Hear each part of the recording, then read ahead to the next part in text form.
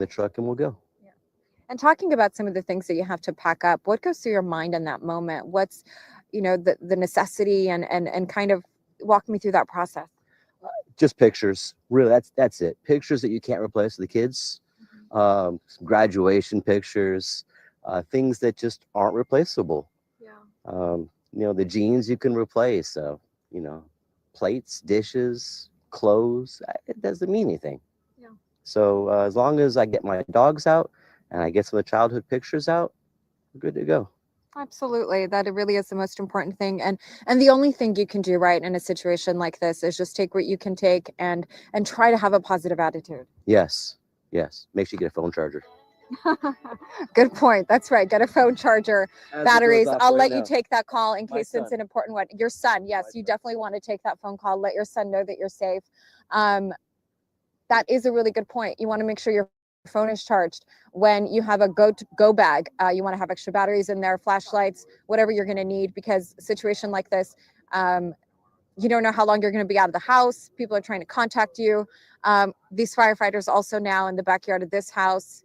And again, as I mentioned, we've been here for the last hour or so. This is the first time we're seeing firefighters in this neighborhood. So again, that speaks to the severity of the situation, of the fire getting closer. Earlier, we were able to see some of the flames just a few ridges back, no longer able to see that because the smoke is so overwhelming and it's so dark and it's actually getting closer here. The wind is definitely a big factor when it comes to this fire. The wind is not letting up. In fact, it's getting stronger. And as we've been hearing Kai mention, it's expected to pick up as we get into the afternoon. And that's the deciding factor here when it comes to a situation like this. Is the weather going to allow firefighters to get the upper hand, or is it going to work in the opposite and just grow even bigger? It's grown significantly in the last few hours, and just being here, I can tell you it just feels different. There's a lot more smoke in the air. We're seeing more ash in the air. We're getting closer here. Armando, our photojournalist, walking closer. You can see the flames. It's not that far, guys. It's pretty close to this area. And embers, they travel very far. They do. It is nice. You can hear the wind. Okay, yeah. And as homeowners, it's a welcome sight to see those firefighters in your neighborhood. Yeah. That are, going to be figuring out the best way to protect those homes. It looked like they were Forest Service. We know Forest Service, LA County Fire are in unified command, as far as we can tell from what we had representatives from both talking to us. One thing for people to consider too, is they're getting ready to leave. These people have nice backyards and whatnot. Take the cushions off of any of your outdoor furniture, throw them inside your house, get rid of as many flammable things around your house as you can, because, as we're talking about with some of these fires that are driven by wind, and this one, authorities have said, is spotting out ahead of itself. When those embers blow, you just don't want them to have things to catch on fire that are around your home that then can catch your home on fire. So just something to think about. Okay, look, she's showing where the aircraft is filling up. Is that Castaic Lake? Lauren. Exactly. And huge advantage with this fire. That's Lake Hughes, and you can see that aircraft just picked up some water. So that's a big plus in this situation, that they have an abundance of water out here, water resources to be able to attack this fire from the air. So yeah, again, it's one of the pluses, considering the layout out here. And you have the homes over on this side, just to the south, but you also have the lake. And so it's a great advantage, a very big plus to this community here and to the overall firefight. Yeah, I think that's actually the smaller lake. It is, but they've got Piru, they've got Pyramid close by, Castaic obviously here. So yeah, Lena's exactly right. They've got numerous water sources, fortunately, they can get to. Now, we've been talking about hopefully the fire doesn't cross the 5, but if it goes further enough to the south, and then that's another dangerous situation, and that's the fire's beginning to spread. We've heard this. That's Santa Clarita and Valencia. Well, it is able to go a little bit further to the south, where it doesn't have to worry about crossing the lake, or some of these areas that would prevent it from spreading further and further, as we do take that live look down towards that bottom section of that particular area. But again, dangerous conditions. Winds are continuing to get stronger over the last couple of minutes now. Sustained winds and 20 miles per hour, gusts of up to 34 miles per hour. The humidity is a real big issue at about 6% right now. It's about 72 degrees here on the fire line. So fortunately for firefighters, not a very warm day, but again, it's the dry conditions that are extremely dangerous. Yeah, Kai, absolutely. And we're getting this overhead view. Rich Prickett up in Sky 5. Rich, what are you seeing from your vantage point? What's changed over the last half hour? Well, what's changed is we're starting to see more of those areas where the fire has jumped, likely from the amber cast. There's an example right there, Lake Castaic. You can just see a section of the water. This would be one of those coves. Some people refer to these as the fingers, that branch out from the lake. And what it's done is it was burning right here on the east side of this cove. And then next thing you know, it spots right there in the middle. It spots over here on the other side of the lake. So it took a shortcut. It did not burn around the edge of the water. It just hopped over it. And then you can see just how much fuel took off in just this one area. And, no doubt about it, this is just kicking up even more embers that are not visible in the smoke, but they're certainly there. And one section that we saw that has pushed it closer than ever to these communities would be a section in between the upper Castaic Lake area and the lower lagoon. So right at the base of the dam, we saw this spot fire, and we saw some of those fire hawks trying to get in here and get some water on it as quickly as possible. But this is just an example of what this smoke has, tucked in it. Those embers, we don't know where it's going to spot. It only takes one area next to those homes, one home to take off, and then next thing you know, you got to contend with possibly an entire neighborhood that is going to need resources and structure protection and everything else. So, we definitely need to move out of those areas. Folks in those areas, in those evacuation order areas, especially if you're tucked under the smoke near Castaic, Lake Castaic, you're in the go stage. Get out of there with what you can. Allow the emergency crews to get in there and do what they can to help put out any sort of spot fires that may pop up in the neighborhoods. But the other section of the fire, the eastern section of the fire, it has actually jumped Lake Hughes Road. So Lake Hughes Road is coming into frame here. Let me bring up the map here. Okay, so there's Lake Hughes Road. That section I'm showing you right now is actually south of Lake Hughes Road. And we watched the fire rapidly burn up to Lake Hughes, and then just like a wave, a tidal wave, it just poured right over onto the other side of Lake Hughes Road. So now it's making it more of an easterly push, southeast. Moments ago, I brought up a measurement, and we're about 2 miles to the west of San Francisco Canyon. So it's going to be burning in that direction. It's got a little ways to go, but considering how fast we have seen this grow over the past couple of hours, it's certainly something that is possible. And I did see some structures tucked into Lake Hughes Road, San Francisco Road. So be mindful. I don't know if they're under evacuation order or a warning. And right here is another section. Wow, is it making a push right up the hill here? And this is a Ballpoint Road. And I'll try and find the roads that lead down to the ramp area, where you would launch your boats into the lake. To me, it seems like we're getting very close to that section. So then we're going to get into, the recreational area of Lake Castaic. You can see crews and right there, they're making sure that nobody's going to make their way up Lake Hughes Road, with the exception of, resources needed like hand crews, firefighters, the sheriff's department, maybe CHP, I'm not entirely sure, park rangers. So again, fire still continuing to spread, and we're now seeing much more coverage as far as the smoke in the Castaic area, just east of the 5 freeway. All right, thank you, Rich. Wow, I mean, this thing is more people are definitely in danger at this point. Let's get back into the newsroom to Samantha. Have some more information on evacuations. I have evacuation information as well as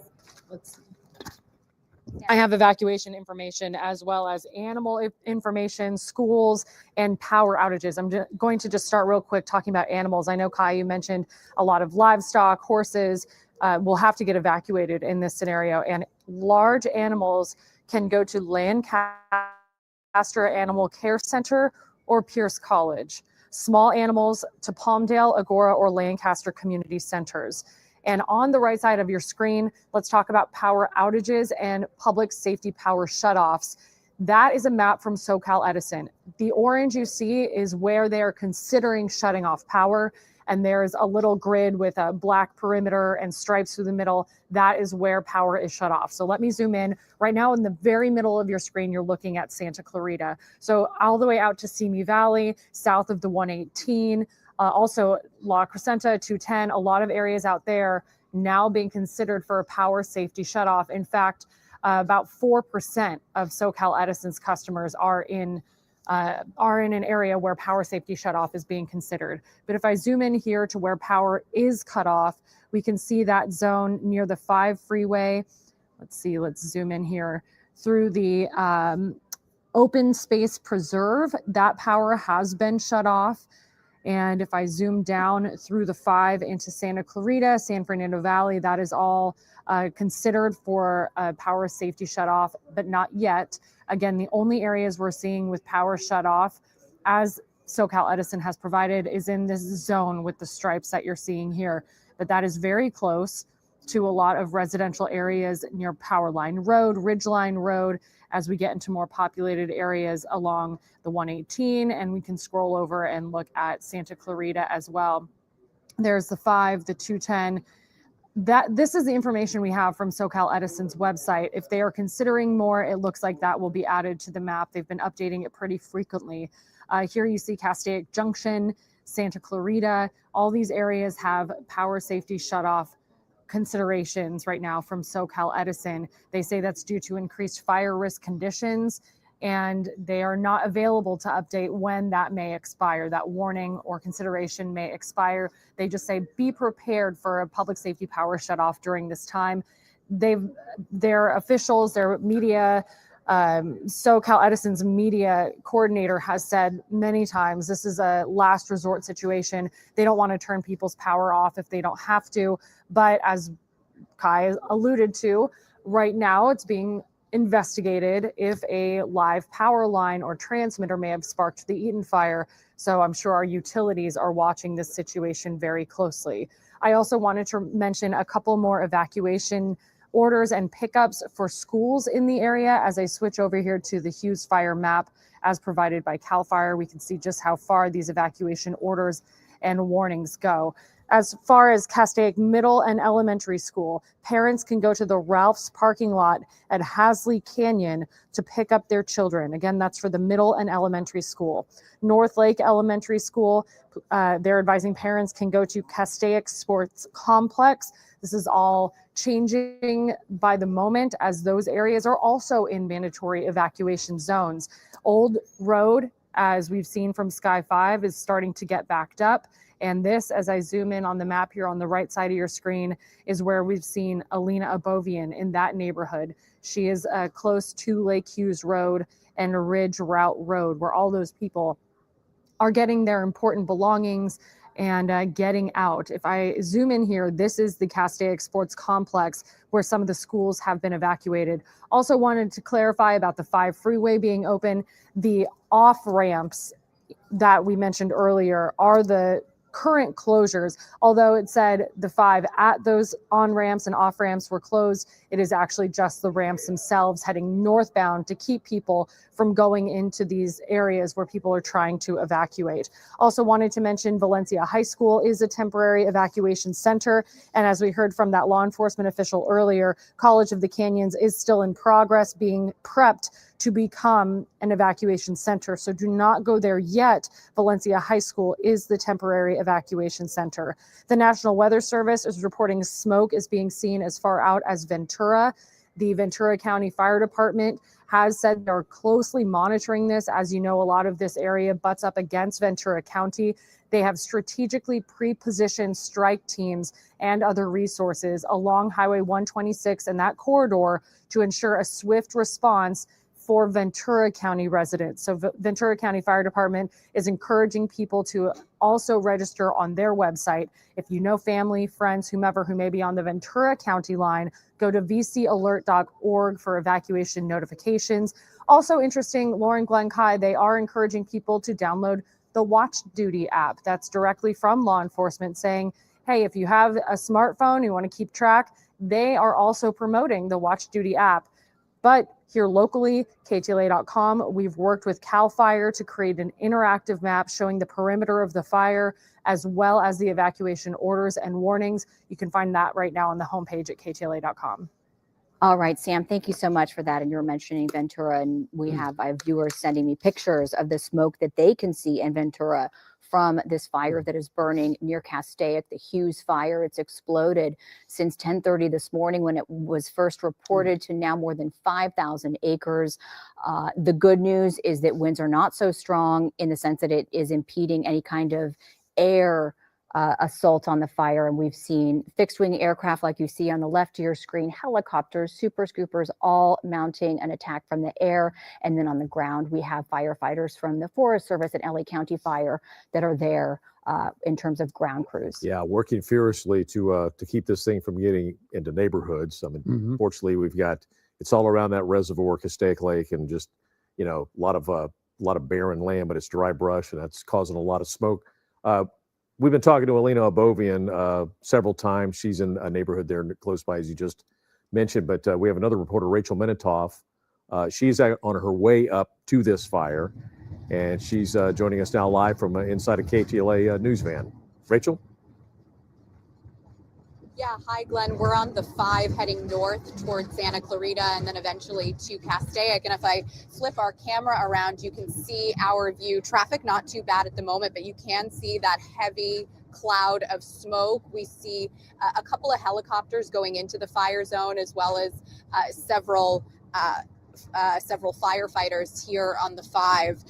The I-5 freeway is being shut down as of noon at Parker Road, the Parker Road off-ramp, and at Lake Hughes Road, the Lake Hughes Road off-ramp. California Highway Patrol officials are telling people that this roadway is being affected by the heavy smoke stemming from the Hughes fire, and so drivers are told to be very cautious when they're driving anywhere near this area. I also wanted to tell you about another several closures that you should be aware of. These went into effect at noon today. It's Ridge Route Road at Lake Hughes.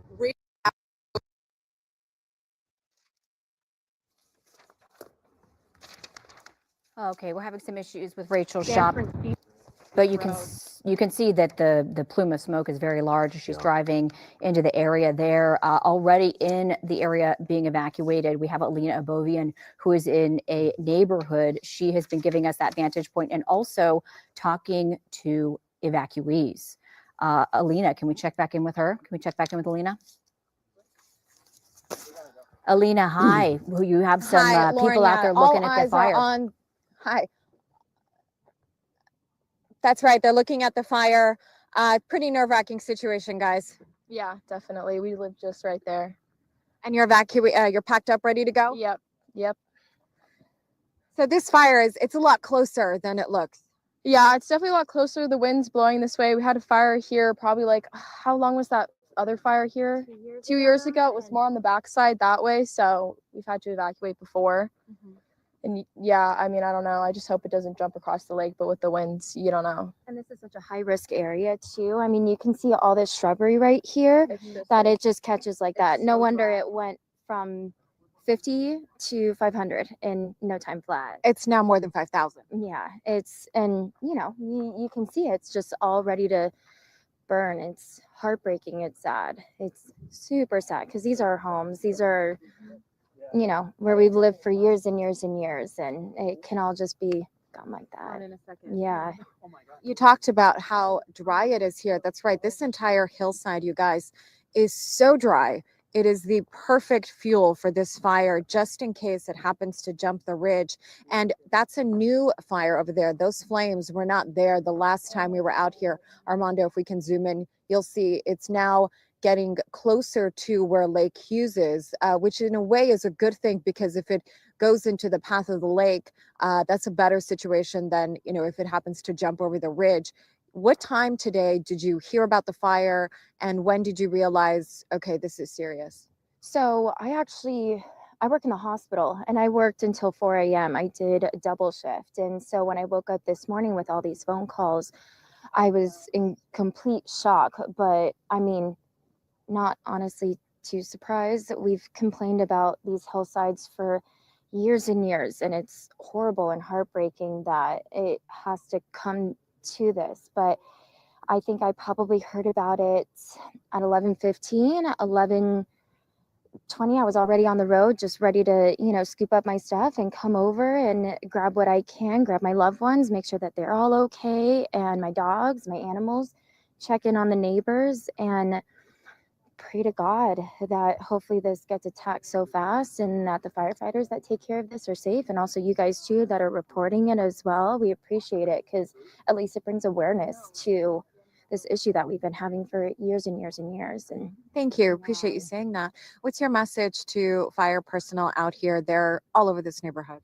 we're so grateful. You guys do such amazing work that we are going to be forever grateful for. You guys have one of the most honorable jobs, and the community, the state, we're also appreciative of you and putting your life at risk and fighting and doing something so honorable. We're so incredibly grateful, and we pray that God's with you, takes care of you guys, and we can, you know, get this thing tackled. And what's your name? Cassandra. Cassandra. How long have you lived here, Cassandra? In Castaic for probably over 25 years now. Yeah. So you've seen your share of fires. Oh, sure. And every year it just gets worse and worse. And it's so sad, because we love this place so much in Southern California, and they just pop up. I mean, it looks like war zones because of all the fire and the smoke and stuff. So it's hard. It's hard. It's really hard to see your hometown go in flames. Absolutely. And it's so beautiful when you stand here, you see the landscape. It's a beautiful place to live. I can imagine how gorgeous the sunsets here are, but also on the flip side, it's a dangerous situation. Absolutely. It is. It really, really is. It's heartbreaking that such a beautiful place is such a high risk for fires and can be demolished in no time flat. So We've been talking a lot about insurance and homeowners getting coverage, especially considering homes in a fire zone. Do you have insurance for your house? we do. And it's hard. It's not the first time I called home insurance that I got it. I had to call around. They wouldn't cover certain zip codes, area codes, and it's hard to find home insurance that will cover you, but obviously at a cost. Right. Well, definitely something that is a necessity. Thank you so much for speaking with us. Looking at the fire, guys, you can see it's always changing. The smoke is darker. It's getting lower and lower along that ridge, and it's getting closer to us here in this neighborhood. So everyone here is just keeping their fingers crossed, really just hoping for the best. As far as fire personnel out here, of course, they are making water drops. There's fire personnel in these neighborhoods. We have sheriff's deputies here as well, making sure that people are listening to the evacuation orders and leaving. But this area right here, this ridge, is going to serve as the staging area if this fire happens to get any closer, because you can see how critical this area is. Now we have Edison property over this way, and so on the other side of this ridge, there is good defensible space, but all of this here, this is just perfect fuel for this fire. And with the wind acting the way that it is, it's anyone's guess what's going to happen out here. We're all very hopeful that the fire stays contained. We're all very hopeful that Lake Hughes, which is just down from where we are, creates a buffer zone between the fire and this community. But flying embers, that's always a big risk there. All right, Alina, and there you have it. Neighbors, they're packed up, Yep. They're ready to go, but they're watching closely because they're just hoping and praying that the fire does not get to where they are. We just saw a pretty good FOS check drop. Let's get up to Rich Prickett in Sky 5. Rich, laying down a good solid FOS check line. What part of the fire were they trying to stop from advancing? So we're on the southeast portion of the fire, so just south of Lake Hughes Road. So in between the lake and Lake Hughes Road is where it's most active. So what they have done, we saw an air attack that was basically escorting three separate tankers from smallest to biggest, the last one being that DC-10, and he's going to make another pass around before he makes his drop. But they are really working to contain the fire here on the east side to prevent it from spreading further and further east and further south from the lake. We saw that dozer that's in there, so he's already cutting lines. I don't know how many dozers are down here, but they're already starting to cut lines and create those fire breaks. But again, we just saw three tankers, two of them back to back, continuing to lay a longer line here along essentially southeast of the lake and near Lake Hughes Road. We also have resources that are staged all along Lake Hughes Road. Camp crews. Earlier we saw crews out there just trying to clear some of the tumbleweeds, some of the thin brush that was right there along Lake Hughes Road. They quickly got overwhelmed and just ended up moving further down the road. But just every effort that they can do, here on the ground along Lake Hughes Road, they're certainly doing what they can. And let's see, I'm looking out the window here to see if I can spot that DC-10. It takes them, it's such a big aircraft.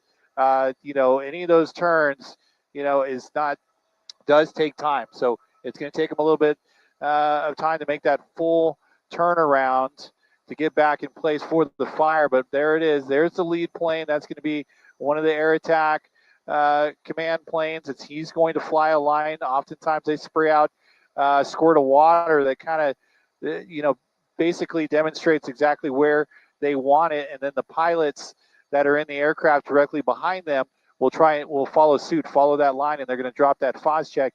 It looks like he's at a lower altitude. He's right on course to make his way along Lake Hughes Road. So let's see here in the next few seconds if he's going to drop that retardant. This DC-10, I mean, he can drop 12,000 gallons of retardant, and that's just it looks like a mile long of retardant that this thing can drop. And here he is. Okay, so he's right along that edge, and there we go. Okay, so they're going to try and pinch off this section right along the southeast portion of the fire, just south of Lake Hughes Road, which you can see right there in the upper portion of the screen. And that's also going to buy more time for the dozer that's already starting to cut a line south of Lake Hughes Road. And north of Lake Hughes Road is where we're seeing the most active spots here, and there's a lot of fuel that can burn. So there's a good chance that this could possibly jump Lake Hughes Road right in this section. But, thank goodness for the tankers that are making quick turnarounds and just creating a longer and longer red line here on the east side of the fire. All right. Well, they're definitely doing yeoman's work. All right. Thank you, Rich, as we continue to watch this fire burn. We're getting some news from Sacramento. Governor Newsom has now deployed state resources to help fight this fire. So that means even more help is on the way besides the Forest Service and the LA County Fire Department and a few other local fire departments. Yeah, and also Governor Newsom has issued a fire warning for most of Los Angeles County through the 3 o'clock hour this afternoon. That means that a fire in Los Angeles, and I would include Ventura County in this as well, could be sparked, and it could ignite quite rapidly anywhere here in Los Angeles or the eastern sections of Ventura County. And we've been hearing words that the Ventura County Fire Department, they're keeping a close look at this fire as well. Yeah, and we have some new information on the detention center that's in Castaic, Pitchess.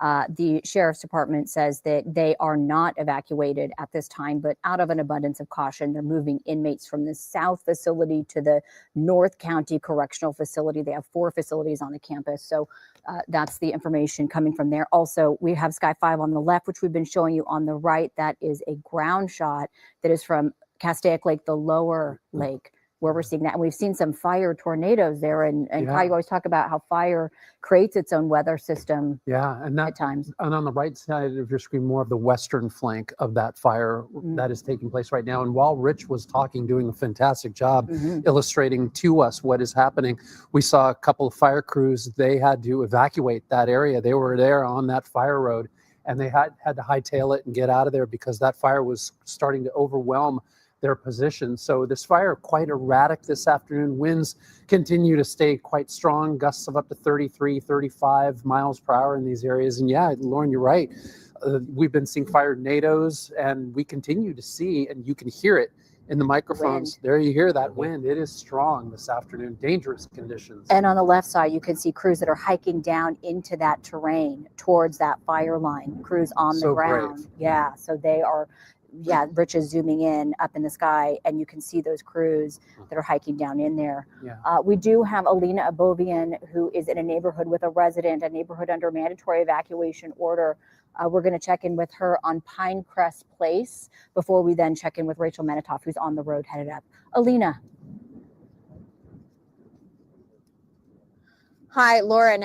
We're still in the same place, and I just want to show you how close the fire is now getting to Lake Hughes. That little spot wasn't there about 10 minutes ago. So if the fire does end up going into the lake, that's a good thing. But the big concern is all the debris. We're seeing so much of it, flying debris. Now, thankfully, nothing else has caught fire, at least on this side of the ridge, but the hope is that they're able to contain it. We do have a resident out here. Sir, what is your name? Guido Keizers.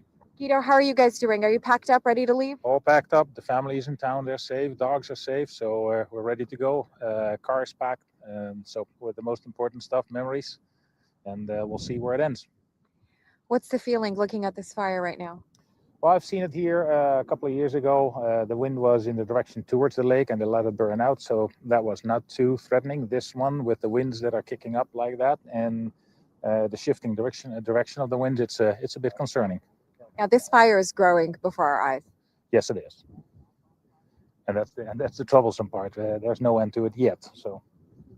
And you can see fire personnel all along that hillside there. They are ready to attack this fire just in case it happens to move in that direction. What's the feeling when you see so many resources allocated to them? Well, that makes you feel good. Also with the resources here in the cul-de-sac, right, with our houses here. That's good. They came out really rapidly. I hope they can get some more air support. I've seen one plane and one chopper. I hope that there's some more that can come our way to get it out quickly. And where will you and your family go? Right now, just in town to have lunch. That's a nice casual way of looking at things. What's the feeling? Do you think you guys are going to be out of your home for a while? I have no idea. We'll see how it develops. So that's unclear at this point. Well, thank you so much for speaking with us. Lauren, Glenn, we're going to send it back to you guys, but you can see the situation out here. The fire is growing, but so far, for now, it's growing in the direction of Lake Hughes here. We'll send it back to you. All right, Alina Bovian, thank you for that. Again, this is the Hughes fire has jumped to 5,050 acres in and around Castaic Lake, burning in a direction because of the wind from the northeast to the southwest. And the concern is that's where the 5 freeway is. And of course, there's some housing developments around that area. And this is, I believe this is like the smaller part of Castaic Lake, was like a little reservoir behind a dam. Yeah, it's that lower. Yeah, and it's burning on the other side of that now, which is not good. We do have Rachel Menitoff to give us another view. She's driving into the area, and you could see the conditions on the road, as well as the very thick plume of smoke that is ahead of them in their Drive 5 live truck. Rachel, how are things going now?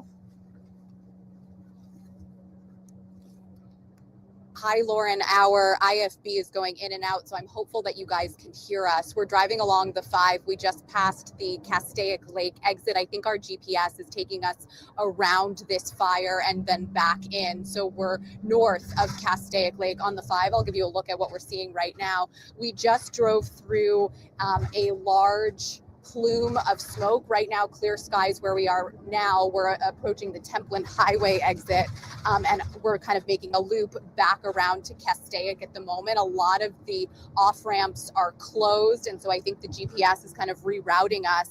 The 5 freeway was shut down at the Parker Road off-ramp and at the Lake Hughes Road off-ramp. That happened around noon today, and California Highway Patrol officials are reporting that this roadway is being affected by the heavy smoke stemming from the Hughes fire. And so drivers are told to be very cautious when driving. We're getting off at highway right now, exit 183, and making a loop around.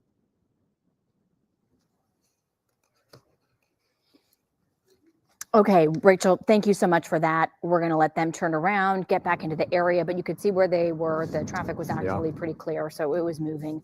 You're seeing 2 views on your screen right now of the Hughes fire burning in the Castaic area, which has forced mandatory evacuation orders as well as warnings affecting thousands of people. According to sheriff's authorities, it's 19,000 people under evacuation orders, 16,000 under evacuation warnings. And in terms of structures threatened, at last check when we spoke with them, it was 3,500 structures in that evacuation warning, 6,000 structures under that evacuation order. Yeah, and what you're looking at here from Sky 5, this is Castaic Lake's a little strange. There's like a V shape, Yeah. and then below that is what's called Castaic Lagoon. There's kind of like a dam between them, and we were hoping that this fire would not advance from the larger part of the lake, but unfortunately, as you see the smoke there, it is now encroaching and continuing to move in a southwest direction. Yeah. Which is not good because ahead of below that are a lot of homes and businesses. Yeah. A lot going on there. The 5 freeway, of course, down there as well. And yeah, that was the cause for concern.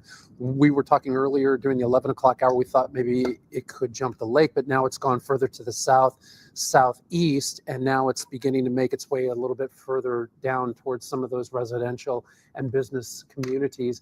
And on the right-hand side is just a really good illustration of how much fuel is out there in this particular area. I mean, these areas are going up in seconds so quickly, and the ignition is so rapid and the spread so far, and the ember cast, unfortunately, and we've seen that in the Pacific Palisades fire, the Eaton fire as well. Now the ember cast is beginning to throw some of that energy and some of those embers into other areas and other directions. So this is becoming a little bit more of a difficult firefight for boots on the ground, but up in the skies, well, the fixed wing and the helicopters are doing a great job. Yeah.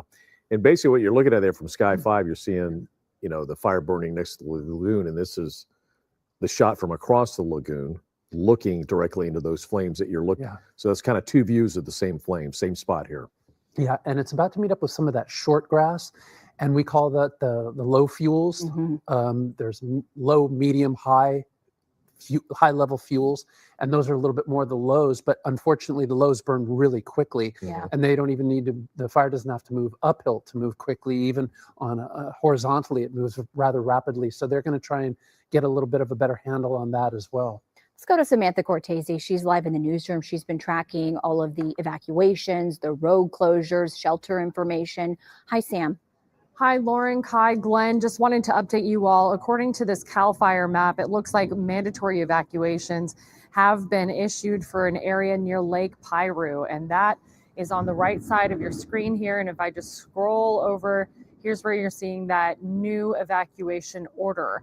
That is, again, near Lake Piru, and for any of the homes that are in that area, looks like just east of Oak Canyon, which is under evacuation warning. That is now a mandatory evacuation order. So we're keeping an eye on that as I zoom out, let the surface do its work there. I wanted to mention what Rachel was saying when she broke up as far as road closures.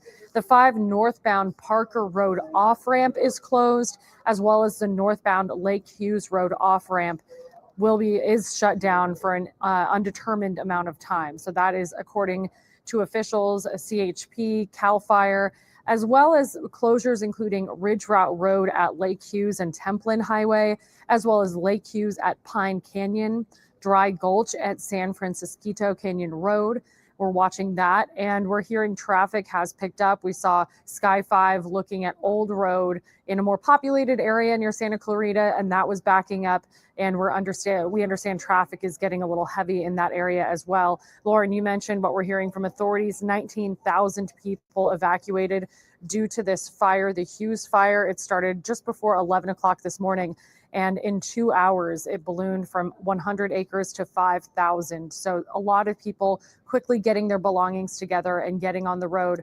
Law enforcement has been saying go south to evacuate, as well as I just wanted to mention school closures and evacuations. If you're a parent who has yet to make their way to the Castaic Middle and Elementary School drop-off zone, that is the Ralph's parking lot at Hasley Canyon. North Lake Elementary is at Castaic Sports Complex, which I should mention is also under a mandatory evacuation order.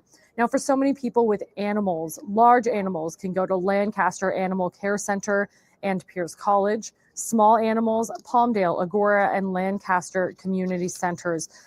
We're also looking at temporary evacuation zones that include Valencia High School. And we haven't received an update yet about College of the Canyons. They're still in progress of preparing the campus there to become an evacuation zone. Ventura County watching closely as they are reporting smoke is now being seen throughout Ventura County. The sheriff there, fire department there, saying they have staged crews on the Ventura County side of this fire ready to fight if possibly this grows into, I don't want to say when, but if this grows into the Ventura County area. All right, thank you, Samantha. And, just looking on a map, I mean, Lake Piru, and after that, you've got Fillmore. We've seen fire damage there in the past. Santa Paula, and below that, Simi Valley, Camarillo, and then Oxnard. Yeah, and Ventura County just recently dealt with the mountain fire, which was very destructive in that area. So, a lot going on in Southern California over the last weeks and months, the latest being this Hughes fire that we're watching. Rich, can we go back up to you in Sky 5? What is the latest that you're seeing from above? How are things going with the air attack? The air attack. So we saw all those tankers come in and do the Fostech drops. They're going to make their way back to either Foxfield or San Bernardino, and they'll take on, they'll load up with more Fostech, more fuel, whatever they need to do to make their way back towards the burn area. And we'll certainly see those red lines get longer and longer on the east edge of the fire. But let's take a look over there real quick and see how far the fire has gotten to those containment lines, or what they're hoping is going to slow down the rate of spread here on the east side. And there's all the red Fostech that they are retardant that they have dropped within the last hour or so. And that right there is going to be Lake Hughes Road, where it switches back and makes its way towards the northeastern portion of the lake, essentially. And we know we have some hand crews that are in there, starting to put out some of those spots that are flaring up from the ember cast. My pilot David and I, we were just talking about whether or not we've seen any water dropping helicopters within the last hour or so, or last 30 minutes. And I got to say, if they are here, they are certainly tucked in the smoke, really getting in there low and doing everything they can on the northwestern portion. And the tankers are attacking on the east side. And here comes another drop right there. So continuing the containment, dozers down here, hand crews, retardant drops, helicopters here in the area. We saw at least a dozen aerial resources here at one given time. But the fire is burning along Lake Hughes Road. A lot of sections have jumped Lake Hughes Road, so it's making its way further south and east. And there you go. It's making it closer to the lower lagoon right along Lake Hughes Road. So the area where the boat ramps would be, that has already been overtaken. Whether or not anything has burned, we really just can't see with all the smoke. But I can tell you it's right there in the center of the shot, and it is consumed with smoke. And again, here's the neighborhood with the 5 and those mandatory evacuations still underway. All right, Rich, thank you so much for that. Kai, let's check in with you. What is going on with the weather in terms of what's fueling this fire, the winds, and perhaps anything that is working to the advantage of firefighters, if anything? Well, the advantage is it's not one of the special warnings that is taking place where we would not see fixed wing or helicopters flying because the winds are just too strong, they're too high. So that is not happening today. Winds are gusting up into the 30s and 40s. So as you can see, and as Rich and David have been showing us throughout the morning and the afternoon now, they're getting good handle on containment, but the winds are still very erratic. The ember spread is now the big cause for concern as it heads further and further to the south. It's going to chew up these areas that we're looking at right now. There's just no doubt about it. And fortunately, firefighters are going to be there on the southern section as the fire gets closer and closer to the residential and business communities. And they're going to hopefully prevent anything from happening in those areas. But the evacuation warnings are now out. They have been issued.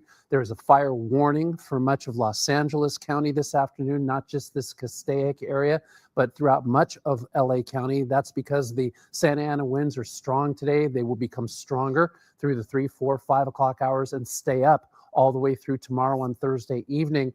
And also, of course, the big issue is the extremely dry conditions here in Southern California. That's what's really fueling not just this fire, but all the fires that we've been seeing here in Southern California as we've started this year, 2025. Boy, it's been not a good year so far in terms of fire danger here in Southern California, not at all, and continuing to be very dangerous.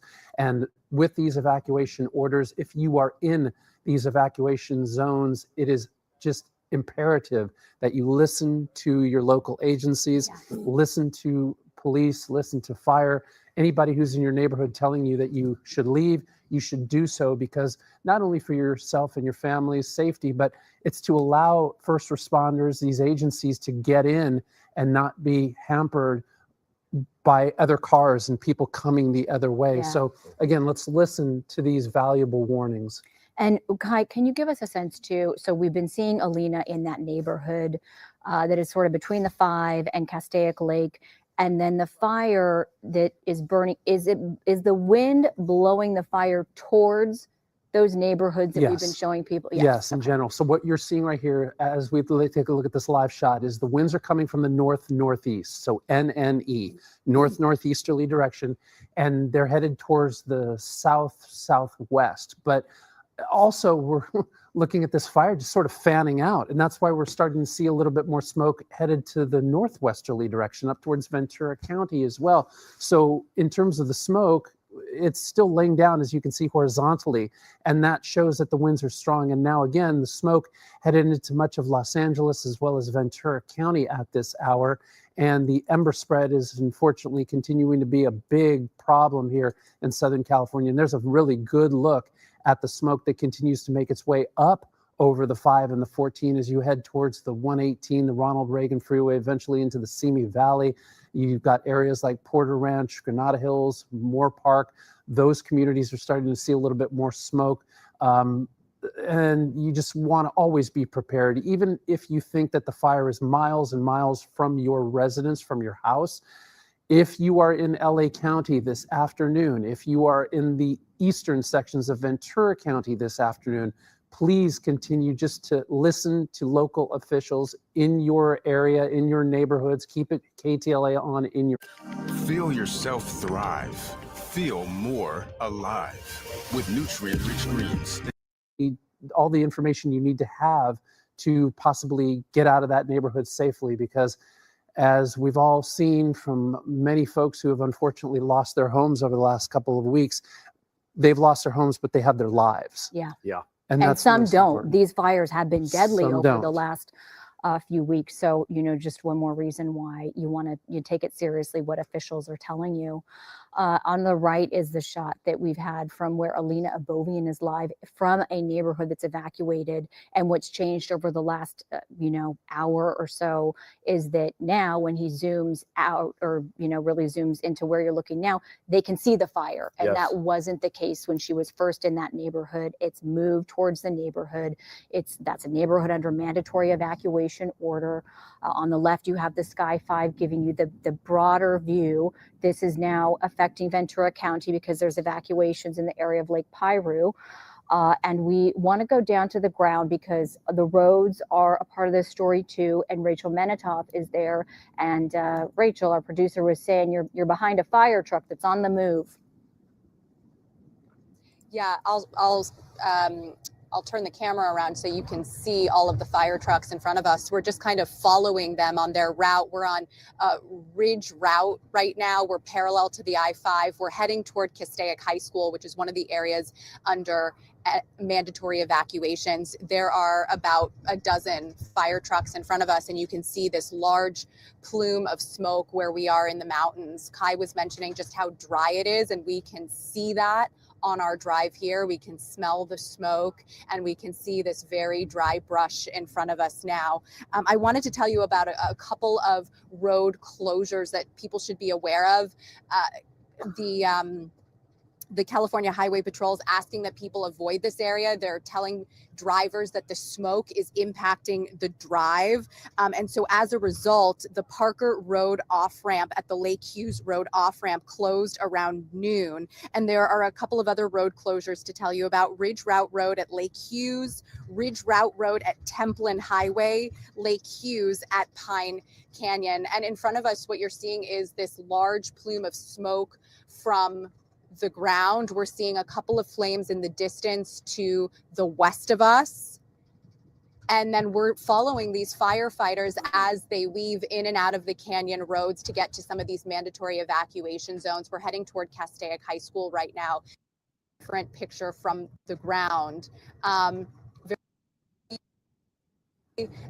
difficult driving conditions. That's one of the things that the Highway Patrol is warning drivers about, that this smoke is going to get of your drive, and it's best to find an alternate route or to just avoid this area altogether. All right, Lauren, Rachel. Glenn. That's people need to evacuate. I mean, there's no doubt about that, because that fire, it is heading right for the town of Castaic. And it's not a large town, but a lot of homes there, mostly homes, a little bit of a business district, shopping centers, that type of things. But the hot fire is heading right directly for that in the 5 freeway. And again, if it jumps the 5, Lake Piru in Ventura County, it's heading in that direction. And after that, there's Fillmore, so Yeah. not good. Yeah. So we do have Alina Abovian in a neighborhood that is under mandatory evacuation order. She's been talking to residents and showing us the progression of the fire in relation to the neighborhood. Alina, how are things going now? It keeps growing, Lauren. Just take a look behind me. What started as a pretty small spot has now expanded to this entire flank. You can see that it's growing toward the southwest section, and about 3 miles in size in just the last hour or so. And the smoke, it's blowing straight down into the Castaic community. Now, part of the fire is now has now reached Lake Hughes, and a boat dock has caught fire. There's also a campground down there. So it's definitely getting closer to this area. You've been watching with your girlfriend who lives in this community for the last few hours. How would you describe how this fire has grown? I mean, it's definitely moving really fast. I guess we're just thinking what's in our mind is whether or not it's going to jump the lake right here. We're obviously watching it move that way, which isn't good, but I mean, yeah, that's just what's going through our minds. Well, it's what's going through the minds of firefighters as well. That's been the big concern since this fire started a few hours ago. If it happens to jump the lake and reach this community here, and also a big concern is the 5 freeway. Yeah, that's our way out of here. So we are definitely to keep tabs on that. And when did you hear about this fire, and what was the process for you and your girlfriend to pack up and to decide it's now time to leave? Yeah, I live over in Saugus, and I just saw a huge plume of gray smoke in the sky, and we looked immediately on our phones where it was, and it was in Castaic. She was at my house at the time, and we knew immediately, and we both just went straight here. The 5 freeway was a nightmare to get over here. I had to park way down by the exit, and I ran all the way up here, and then it was just process was just getting the pets first, and then all the valuables, and those sorts of things in the car. And now we just have everything in the cars ready to go whenever we need to. Yeah. What's your name? I'm Devin. Devin, you and I spoke about 2 hours ago. You seem a lot more nervous now than you were 2 hours ago. Well, it's moving a lot closer. I'm not an expert, but it doesn't look good. Especially considering the wind. That's been the big factor here. Yeah, it's blowing right towards us. Obviously not ideal. Thank you so much, Devin. I hope you and your girlfriend make it out okay. Just to show you guys, again, the extent of this fire. We've been here for the last few hours, and it was on the top of the ridge. It's continued to burn down that hillside there, and it's at this point, it's already reached Lake Hughes, and the goal is for the fire to reach Lake Hughes and to stay there. But you can also see there's a whole flank there's a whole flank of this fire, and it's burning southwest, and it's burning pretty quickly. And all the smoke, all that black is reaching this neighborhood here, and many neighbors who are staying behind, they're just watching, hoping, and praying that this doesn't get any worse. Send back to you. All right, Alina, thank you for that. Unfortunately, that's not the case. Not looking good. All right, joining us on the phone now is Patrol Officer Alex Pareda with the California Highway Patrol. Can you hear us okay? Yes, I can, sir. What updates can you give us on the 5 freeway to start with? Yeah, so those closures, those exit closures are still in place at Parker and Lake Hughes, but it looks like a full freeway closure is going to effect, it looks like northbound 5 at Newhall Ranch Road. So if you are going to be going northbound on the 5, just be prepared. There may be a full freeway closure in that area. What has changed that has prompted you to move towards that full freeway closure? It has to be visibility, because if the smoke is on that freeway causing people not to be able to see as they're driving, that's a major issue. And if it does get to a point where it feels like people can't see the cars in front of them, there will be a full freeway closure in place. Are you also assisting on surface streets there in Castaic? Not at this time on surface streets, but if we are requested, we can assist at those closures as well. Okay. A big concern here is this thing jumping the 5 freeway. Yeah, that would be a concern. It'd be terrible to see it cross over the freeway. You don't want it to get close at all. Where are you physically? Are you out there on the scene? How would you describe what's going on the ground?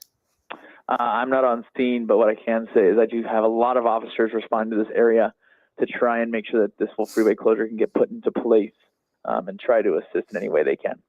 And how is CHP involved at all in helping with the evacuations or other aspects of this emergency? Not at this point. If we are requested, we can assist with those evacuations, but at this point, I believe it's the LA County Sheriff's. And do you have any message for people in the area, both those living in the area of concern and those who are driving through, commuting, or truck drivers, or any of that through that area, that five freeway corridor? Yeah, if you're going to be driving anywhere northbound or southbound near that Castaic area, we would advise just to stay away and stay vigilant. It's going to be very hard to see. Breathing quality is going to be terrible. So if you can, just avoid the area altogether. And if you are living in this area, we say just to evacuate as soon as possible. It's not worth it to stay and try and wait out the storm.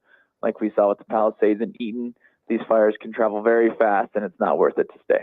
If somebody does have to travel north by car or whatever, what is a good alternate route to avoid the 5 freeway at this point? Should they take the 14?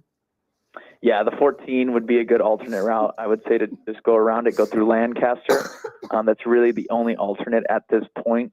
Yeah, so we'd have to suggest the 14 freeway. All right.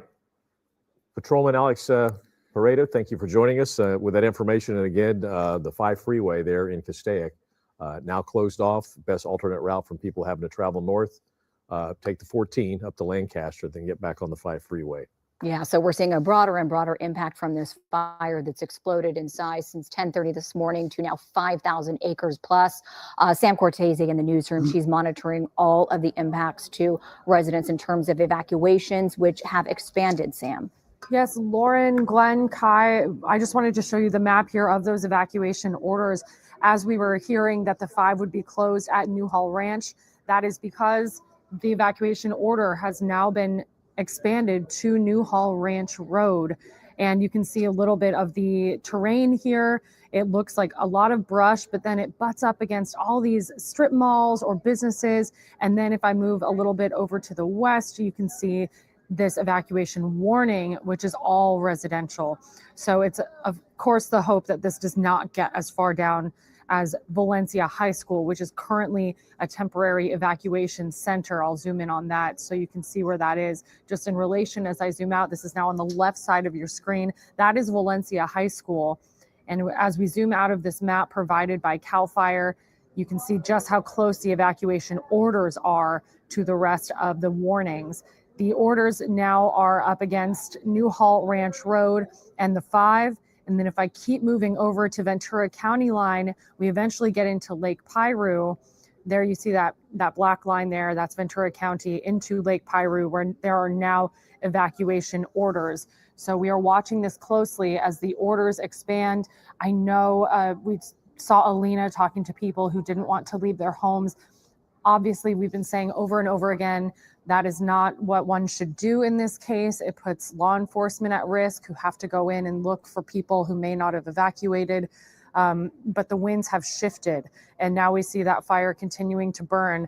And on these maps, there is a little outline of where the fire is currently burning, but just what we've seen in Sky 5 and what we've heard from Alina is that this perimeter on the map here from CAL FIRE is not totally updated yet. As we understand, this has now burned the boat dock down near Castaic Lake. I'm sorry if I'm saying Castaic Lake when it's something else, but that is the general area here. If I zoom in, that was of concern as this has jumped over the water and continues to burn down past the Castaic Reservoir Road. So that is what we're watching. We're watching closely, and all those who are in these evacuation orders. Oh, see, there's Lake Hughes Road. And Gil said from Sky 5, this has now jumped Lake Hughes Road and burned a boat dock here at Castaic Lake, I believe is what he said. I was listening and taking notes, but this whole area here is what is of concern at the moment, as so many people live near this area. If we go just a little more south and see just the amount of residential that is potentially impacted as these evacuation orders continue to crawl and become orders, not warnings.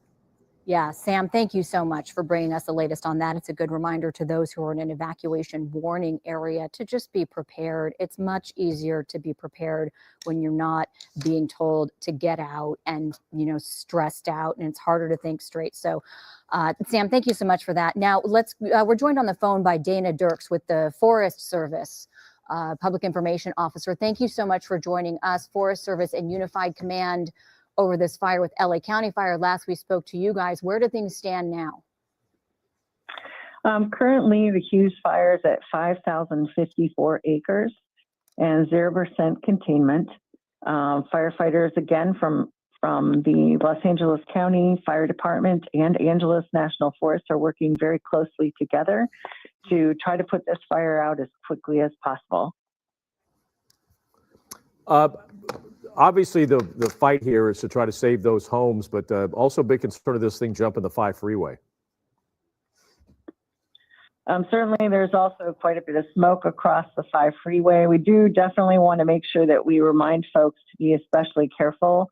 I know that we are also bringing additional firefighting resources continually through that area. So just be especially careful and make sure that you give way for the firefighting resources to also get to where they have to go quickly. Talk to us about just all of the entirety of the resources that are fighting this fire now, to your knowledge, because we are seeing on the ground, we saw firefighters that were hiking into the dense brush towards the fire line. We see all sorts of aircraft above dropping water and retardant. Tell us about sort of the entirety of the firefight as it stands right now. I don't have all of the details about every resource involved at this stage, but I can tell you that there are hundreds of firefighters and obviously air resources that are working hard on trying to put this fire out. I'm certainly happy to share more information when we have it about total number of resources. What are the biggest challenges right now?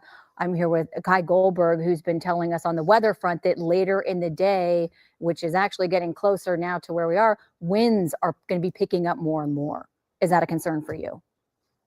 Certainly, we're keeping a close eye on the weather during this firefight. The winds that we have now are lower in comparison to the higher amount of wind velocity that can come through later in the day.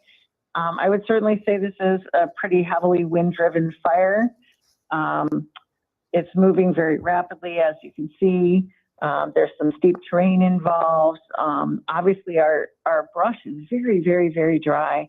We've had so little precipitation, so little rain in the recent time period that things are just especially dry. So, all right, Dana Dirks with the Angeles National Forest Public Information. Appreciate the information, and I'm sure we'll be talking to you again sometime today. All right, joining us now on the phone is LA County Supervisor Catherine Barger. Ms. Barger, can you hear us okay? I can hear you just fine. Wow. As if we didn't have enough to deal with last week.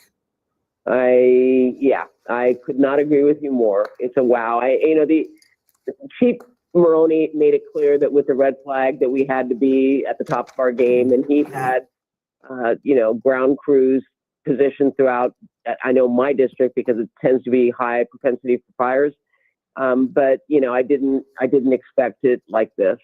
Yeah, and Supervisor, you're getting information probably that we aren't. What can you tell us in terms of the latest, areas that are of the biggest concern for you, or anything that you see in a positive light about, resources or conditions?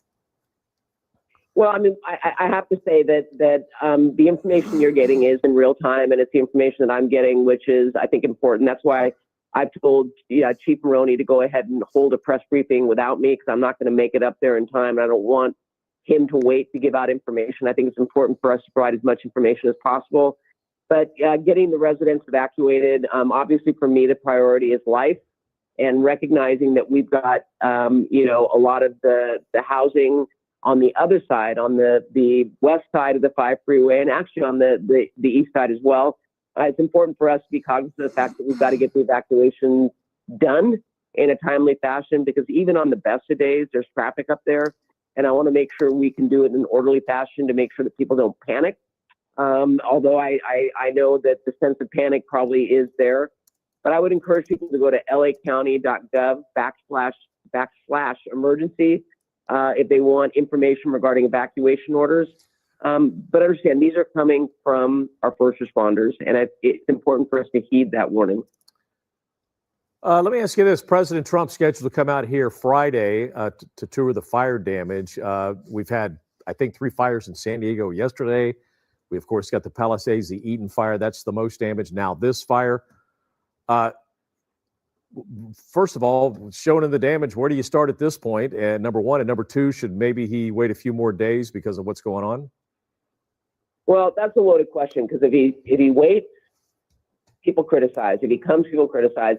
He should do what he's going to do, and that is to come and see for himself what we're dealing with. I trust the fact that there's probably never a good time after a disaster for any president to come out, because of the fact that there are those perceive it as a disruption. But I welcome the visit, and I feel it's important for him to better understand, because if I hadn't seen Altadena and I had heard about it, I would not have believed what I've seen. It's like a bomb went off, only the chimneys are still standing. Yeah, yep. And, LA, on the LA City side, Palisades fire, same thing. Supervisor Barger, you've been doing this a long time.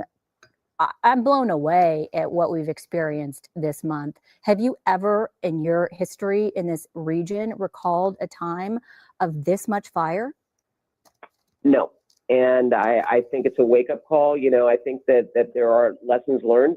I know that there was a debate over cleaning out trees in the forest that were dead from the beetle bark, or the bark beetle. I think that we need to reevaluate how we go about addressing fires in high, or building in high fire zones. When we look at rebuilding in Altadena, they talk about, I hate the word hardening, but that's what they call it, the homes so that they are protected against fires. I'm encouraging our governor to work with me, because at the end of the day, many of these people are in marginalized communities and don't have the means to rebuild to the degree that may be necessary, but we need to work with them to make sure that when they rebuild in a way that is cognizant of the fact that another fire may not happen in the next 10 years, but it could happen in the next 50, and we should build based on the knowledge that we have today. Yeah, that's absolutely right, Debbie. We do have some major infrastructure problems here.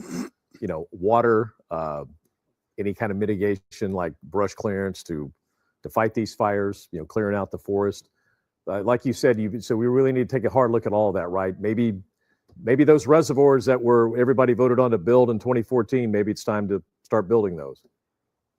People are tired of voting on things and nothing happens. And so I think that it's time for us to sit down, and this is not a criticism, because believe me, I think at every layer of government, there's room for improvement, but it's an opportunity for us to hit the reset button and actually look at what's in the best interest of this region, especially given we know that housing is already a shortage of it. So that's where I'm looking at it. And in terms of this current emergency, before we leave you, what is your message to those in your district that are impacted by this or threatened by this?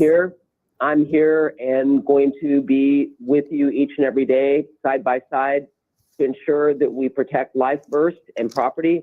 And we're in this for the long haul. All right. Well, we thank you so much for joining us. I'm sure we'll check back in with you shortly. LA County Supervisor Catherine Barger, thanks so much. Now we know that the schools in Castaic have been evacuated, and picking up children is going to be really, top of mind for the parents. That's what's happening now. So let's go now to Bob Branison. He is superintendent of the Castaic Union School District with important information about how people can pick up their children. So what's the message to your school community at this hour? Hello. Well, all our kids have been picked up. We evacuated early on in the process, and we were able to have every child picked up within an hour or two of the evacuation. At this point in time, every child in the Castaic Union School District has been appropriately picked up by a guardian. How many students are there in your school district? We have a little under 2,000 students at 4 school sites, 3 elementary, middle school, and then we have our preschool buildings as well. And what should your school community do to monitor what is the latest in terms of classes, because we don't know how long this fire is going to impact the region. So where should they be checking? Exactly. We have a program called Parent Square in which we do all our communication with our families, and we will be sending out messages updating the families on the status of school. More than likely, with the situation we're in and the smoke and the unhealthy air, more than likely we will cancel school for tomorrow, but we will send a message in a short time frame to alert the families. Right now, we're just concerned about the evacuation and the families being safe. All right, Bob Branison, Superintendent, Castaic Unified School District. Thank you for your time and your information. An important message to get out to your students and their parents on a very tough day. Thank you. Very tough day indeed. Let's check back in with our reporter, Rachel Menitoff. She's on the ground on Sloan Canyon Road. She is close to Castaic High School, which was evacuated. In fact, we were just showing you some video from that evacuation. Rachel, how are things going on the ground where you are right now? We're looking at some Sky 5 images of the look from above, but how are things there?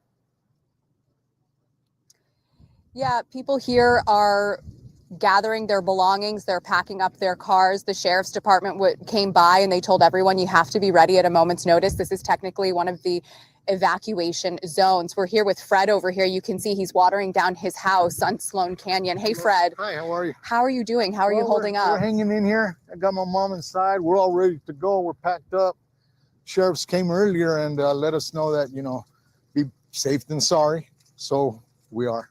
You told me that you saw this fire break out at the very onset of the fire. What did you see initially? Well, at the get-go, we were going around the hill right here, walking my animals. And when I looked at the canyon, I saw a little bit of smoke. So I took out my phone and took some pictures in the film, and in less than, I don't know, not even 5 minutes, it became the most immense plume of smoke I've ever seen in my life. Made everything dark all of a sudden, you know, and we're just trying to hang in here because, well, this is all we got. So we're gonna stay here until they take us or, you know, make us leave. So that's where we're at right now. So, Well, we're wishing you the best. Thank you. I Yeah. appreciate Thanks that for very talking much. to us, Fred, under Be safe difficult also. Okay, be circumstances. safe. We're all Thank trying the you. And this is Donna and Rick over here. You live on this property as well. Correct. Tell us, how are you holding up, and how have you prepared in the event that the fire gets close to your home? We're packed up. We're packed up, ready to go. Packed as much as we could, and it's in God's hands now. Yeah. It's in God's hands totally. Yeah. Obviously, an ominous and scary position to be in, I would imagine. Absolutely, yes, yes. Especially since what we've seen over there in the East Fire, how bad that was. Sure. How long have you been in this home, been in this area? About 20 years. Yeah, about 20 years. Have you seen anything like this fire before? 20 years ago, there was one. There was one. It came right to these hills right here. These hills were on fire. And obviously the dryness, the climate, and we haven't had rain in 300 something days. So that's Yeah, obviously a yeah. concern around here. Right, yeah. Look at all the brush. Yeah, How brush is everywhere. brown it is. It's really dark and fire hazard. bad. Yeah, this is very dangerous right now. So you're going to wait until, you know, the fire is a bit closer. What is your plan, if I may ask? He tells me you gotta leave. Yeah. Mhm. Well, Rick, Donna, we are wishing you the best. Thank you. And for a safe, that we all stay safe amidst Thank you these so much. fires. Yeah. Thanks, you guys. Yeah. Lauren, Glenn, you can see a lot of people you can see a lot of people hosing down their homes over here. It's an attempt to protect their structures from this fire. We don't know exactly if or when it will come in this direction, but people are taking precautions. This is their livelihood. You know, as you heard, they've lived here for 20 years and it is a precious place to them. Lauren, Glenn. Absolutely. So emotional. 2 questions for you. It sounded like we could almost hear aircraft in your shot. And then also, can that neighbor show us the sprinkler system they have set up that they're leaving behind? Sure. Yeah, let's look at that. Yeah, we are here. Yeah, sure thing. Hey, Fred, could you talk us through what you're doing with the sprinkler system? Could you show us what you're doing? I mean, we're just trying to keep the roof, you know, wet. I got a couple of hoses all around the house, but since it's coming from, you know, this east side north, I figured it's better to keep, you know, everything wet on this side. So trying to concentrate my force over here, you know, keep it wet on this side. Sure. And have you done this before? No, it's never really been that scary, to be honest with you. Even the fire across right here, there was a big house that lit up about 2 years ago. And it didn't cause much, you know, nothing burnt but the house. But this time, you know, all the neighbors on top, I see all their horses, livestock coming down. They evacuated the school. Sheriffs already came by and told us, get ready. If you got to get out, they asked us how many of us live here. So we gave them a good count. So they're aware. And we told them, we're not going to give them a hard time. Just give us a chance to pack and go. That's Yeah. about it, you know? Absolutely. We're not scared to the point where I think we're going to burn, but, you know. This is a precaution. Yeah. I mean, it's better safe than sorry, you know? Absolutely. What can I say? Other than, what can I say? This is scary, you know? So you can't rehearse for this. No, absolutely. You can't rehearse for this at all. It's just something that you naturally got to do. You see that my mom over there is a bit terrified now. She's getting a bit terrified, but we'll take care of her. She'll be all right. She's the first one I'll get out of here. Wonderful. It sounds like a good plan, Fred. Thank you. I used to think I was pretty much immune to car accidents. That all changed this past February when I was in this car accident, and now I have a permanent ring in my left ear and neck pain. I can't help but think how things might have played out differently if I knew how easy it was to submit a personal injury claim for Morgan & Morgan. In 8 clicks, I could have literally submitted a claim from my phone. They don't get anything unless they win, so you have nothing to lose. And best case scenario, after you file, you could have America's largest injury firm in your corner helping you fight for the compensation you deserve. Rachel did say she could hear aircraft overhead from where she is on the ground. Let's go back to our newsroom. Samantha Cortese is monitoring all of the important information up to date that people need to hear about evacuations, road closures, and that sort of thing. Sam, what are you learning at 2:36 this afternoon? I mean, the traffic, Lauren, Glenn, Kai, the traffic heading out of and into this area looks pretty bad on the map. And I just want to mention into Ventura County now, there is an expanded evacuation warning now south of Lake Piru. So a little, let's see if I scroll over this area just north of the 126 and south of Lake Piru is now under an evacuation warning. Ventura County Fire has said they're monitoring this closely as it does. The fire zone does cross now into Ventura County. And I wanted to mention, and this is important as we're discussing traffic, CHP says that the 5 through the Grapevine will be closed for an unknown duration. They updated their traffic about 15 minutes ago and reflected that the Grapevine will be closed for an unknown duration. The closures will be in place at State Route 126 for northbound traffic and at Grapevine Road for southbound traffic. They do suggest using Quick Maps or Google Maps to find alternate routes. We heard earlier in the phone call you had on air that take the 14 to Lancaster back down to the 5 to get around this closure through the 5 at Castaic. Now I want to switch screens here and just talk about the animal shelters, since we know there are a lot of horses, livestock in this evacuation zone. Large animals can go to Lancaster Animal Care Center and Pierce College. Small animals, the Palmdale, Agora, and Lancaster Animal Care Centers. As far as schools go, you all just had the superintendent from Castaic Unified School District to let us know that all of the students within that district have been picked up, which is good news considering the pickup areas were also in mandatory evacuation zones. So I just wanted to mention for those concerned about the students who are at school and being told to go to the Castaic Sports Complex, those students have all been picked up. But the big news this hour is that the 5 through the Grapevine will be closed for an unknown duration. I have family and friends who are driving through into Ventura County area. Of course, we know Camarillo just had that fire at the end of last year. So a lot of people in that area reporting smoke as well. They're seeing heavy smoke come into Ventura County as this fire continues to grow toward that county line, which is why they have expanded evacuation orders in the last few minutes just south of Lake Piru. I'll show you that on the map here, as this fire has grown now to 5,000 acres. All right, Samantha, thank you for that information. Where this fire just exploded, I remember we went on the air, it was 50 acres. Yep, 10:38, the call came in when we went live, when we had Sky 5 overhead just after 11 o'clock. We're hearing 50 acres. Now, hours later, more than 5,000 with thousands of people under mandatory evacuation orders. And Kai, there are aspects of the weather. We're under a red flag warning that are contributing to this, creating that set the stage for this, all of that. Yeah, what are we looking at? And a very rare fire warning that has been put into place for much of Los Angeles County this afternoon, which means that ignition could be possible anywhere in LA County and could spread quite rapidly. And we're seeing signs of that because the ember spread is definitely a cause for concern this afternoon, especially up near the Castaic area, as we do take a live look at this Hughes fire on the right-hand side of your screen, moving a little bit further in a southerly direction, and a lot of that smoke now moving into much of the northern and northwestern sections of the Los Angeles County, all the way into Ventura County, even out to the coast. We're getting a lot of viewers that are calling in and sending pictures from the Ventura area, and that smoke is definitely moving in that direction. So you want to be careful for the rest of the afternoon, again, especially if you are in Los Angeles County, surrounding counties, including Orange County, Riverside, San Bernardino County, under a red flag warning through tomorrow, Thursday night at about 8 o'clock. So all of Southern California continues to be under difficult and extreme fire weather conditions once again today, tomorrow as well.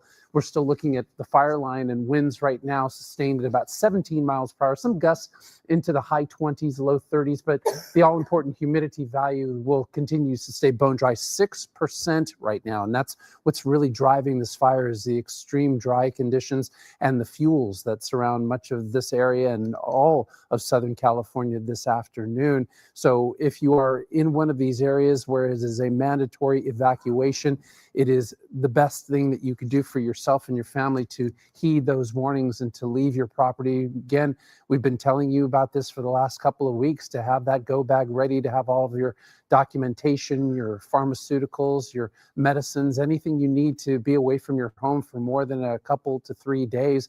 A change of clothing. We've heard people that have had to leave without even having a toothbrush or toothpaste. Yeah. Yes. So, you know, those simple things, those are what really matter the most, especially when unfortunately you might have to spend the night in a hotel or a shelter. And we certainly do hope that that does not happen to you and your families. But again, you've got to be prepared. It's rather random. And we're taking another live look at one of the fixed wings that have come down from Canada, doing again a remarkable job dropping water on these fires. And also we've got a lot of the DC-10s that continue to encircle this fire, and they're laying a lot of retardant. You can see that on your screen as well. A lot of that pink retardant that we've become quite accustomed to over the last couple of weeks, helping to slow the spread of this fire. Yeah, Kai. And on the right, we were seeing some of the extreme weather created by the fire itself. So when that happens, is that just in that immediate area of the flames? It's so difficult to pinpoint where that's happening, but we're seeing those fire nados as the fires run uphill very rapidly, and they do create their own vorticity, their own circulation, and we've been seeing a lot of that occurring. Now, the good news for much of Southern California is we will make our way into Friday, and we'll start to see these winds really relaxing. We'll see an onshore flow developing. And once we head into the weekend, we actually have rain coming to Southern California, and we could see anywhere between 1/10 to up to 1/2 and maybe 3/4 of an inch as we make our way from Saturday afternoon, all the way to very early Monday morning, the beginning of next week. So we need some of that rain, of course, to bring more moisture to the Southern California atmosphere to help mitigate some of the hot spots that are still lingering around many of these fire-prone areas. And we'll continue to, again, hope that we can get even more rain as we make our way further and further down the line as we head towards the end of this month, the beginning February here in Southern California. We could even see some snow as we head up into our local mountains this weekend. So we'll have a lot of cold air coming into Southern California for Saturday and Sunday. And again, that is good news for firefighters on the lines here in Southern California, as we'll see a good change in the environment. And we see that fire retardant drop on the left side of your screen. Fire retardant to slow the fire's progress, and then the water dropping helicopters to put out those flames. And on the positive side of things, the winds are not as gusty as they were when they were so extreme during the Palisades and Eaton fire. So we do have that aircraft, and we have been watching for hours now, just one after another plane and helicopter over this fire, getting some resources on that, whether it's water or retardant. And we know that in the path of this fire, there are 6,000 structures that are impacted by that evacuation order, and 3,500 more that are impacted by that warning. And that was as of the last time we spoke to officials on that, which was a while ago. And we've seen the evacuations expand. So it's more than that now. Yeah. Trying to connect those Foscheck lines. That's pretty much, that might do it right there, which is good. Yeah. So that'll be a good line to stop that fires. But then again, you still got to worry about the embers flying around. Yeah, you certainly do. And, you know, firefighters have been talking to us about, we all understand staying outside and wetting down your home for hours upon hours. We get that. But it's in the best interest to sort of look for the hot spots, the ember spreads, if you will. And if one of those pops up on your property, that's when you, if you are still home, if you haven't had to evacuate, that's when you can hit some of those embers to prevent the spread. And otherwise, also, you're taking some pressure, water pressure, away from firefighters who might need that pressure if you're using your garden hose at home. So it's easy for me to say, but once again, these are sort of rules and regulations that firefighters would like for us to abide to. Yes. And, you know, just in terms of the evacuees that we've seen, you know, Alina has been in a neighborhood just giving us a glimpse of that, with sheriff's deputies going door to door, telling people to leave, people packing up their essential items people have been through this before in this area. They told us in the route fire a couple of years ago, so they know what to pack. Some of them already had their go bags ready. And Alina has been watching the fire from that vantage point. She's there joining us now on Pinecrest Place. Alina. Hi, Lauren. That's right. We are still here and just watching the situation develop. You can see the flank of the fire. It is now south of Hughes Road and Ridge Route. While there is no immediate threat to structures out here, there is still a very big presence from fire personnel just making sure that the fire does not reach this community. In order for it to do so, it would have to jump over to this area. Of course, that's a possibility. It just depends on the wind. We've seen a lot of flying debris. However, this community here still remains safe. You can see fire personnel. They're all over this area. We have crews from multiple agencies, a lot of strike teams, just 2 LA City fire strike teams in this area alone. And at this point, it is a waiting game to see how the wind behaves. You can see firefighters over there. You can see firefighters also inside that person's property. They're in the backyard. And many people actually choosing to stay behind. They're packed up, they're ready to leave, but they're waiting for that final moment for it to be time to actually leave. We have a couple residents down here, so if we walk down, we can probably chat with them. But just to recap what's been happening out here, this fire started around 11 a.m. Residents started to get the evacuation warnings, which then turned into evacuation orders. Around noon, they started to see the fire coming over the ridge. They started to see all the black smoke, and you can see the horizon here. It is just unrecognizable. You can't even see the mountain because it is so dark and so dense as far as the smoke goes. We spoke to this gentleman earlier. Hi, sir. How are you doing now? Okay, still same. Still the same. Still the same. And you're choosing to stay behind? Yeah, the fire is burning away from us now, so yeah, for now we'll stay. Yeah, that is the good news. We are seeing the fire burning more southwest as opposed to coming into the direction of the community here. Agree. So if there's others fires in a different direction that could be blowing this way, I don't know, but from what we see right here, it's going away, so that's good. And how would you describe the progress over the last few hours? Well, the flames got closer, fire got closer, but I don't feel like we were ever really in danger. But if it got any closer than it did, we probably would pack up and go. Yeah. And you've been through this before, having experienced fires in the past. Yeah, a couple years ago we did. We evacuated a couple years ago. But given what happened during the Palisades fire, is there a different feeling this time around? It's the same. It's identical. You know, you just you scramble to get what's important to you, and that's it. You know, otherwise it's the same. What happened in Palisades is devastating, but it could happen anywhere. Especially when you live in a fire zone like this. I mean, looking around, this is a beautiful place. You know, you have a great view right here in your backyard. You know, it's the mountains, but unfortunately, you're in a fire zone. Yeah, 100%, 100%. And they do clear the brush a couple times a year, but with the wind, you can clear 100, 200, 300 feet. You can clear a mile, but with the wind, embers are going to go. Won't make a difference. Yeah, absolutely. And talking about the dry brush, you can see the firefighters standing right there in the middle of it. You have all of this here serving as fuel. If an ember happens to travel in this direction, it will be very fast for the fire to catch fire and to spread and get very, very dangerously close to the homes here. Agree. But luckily right now the winds have slowed down. So we're in a better position now.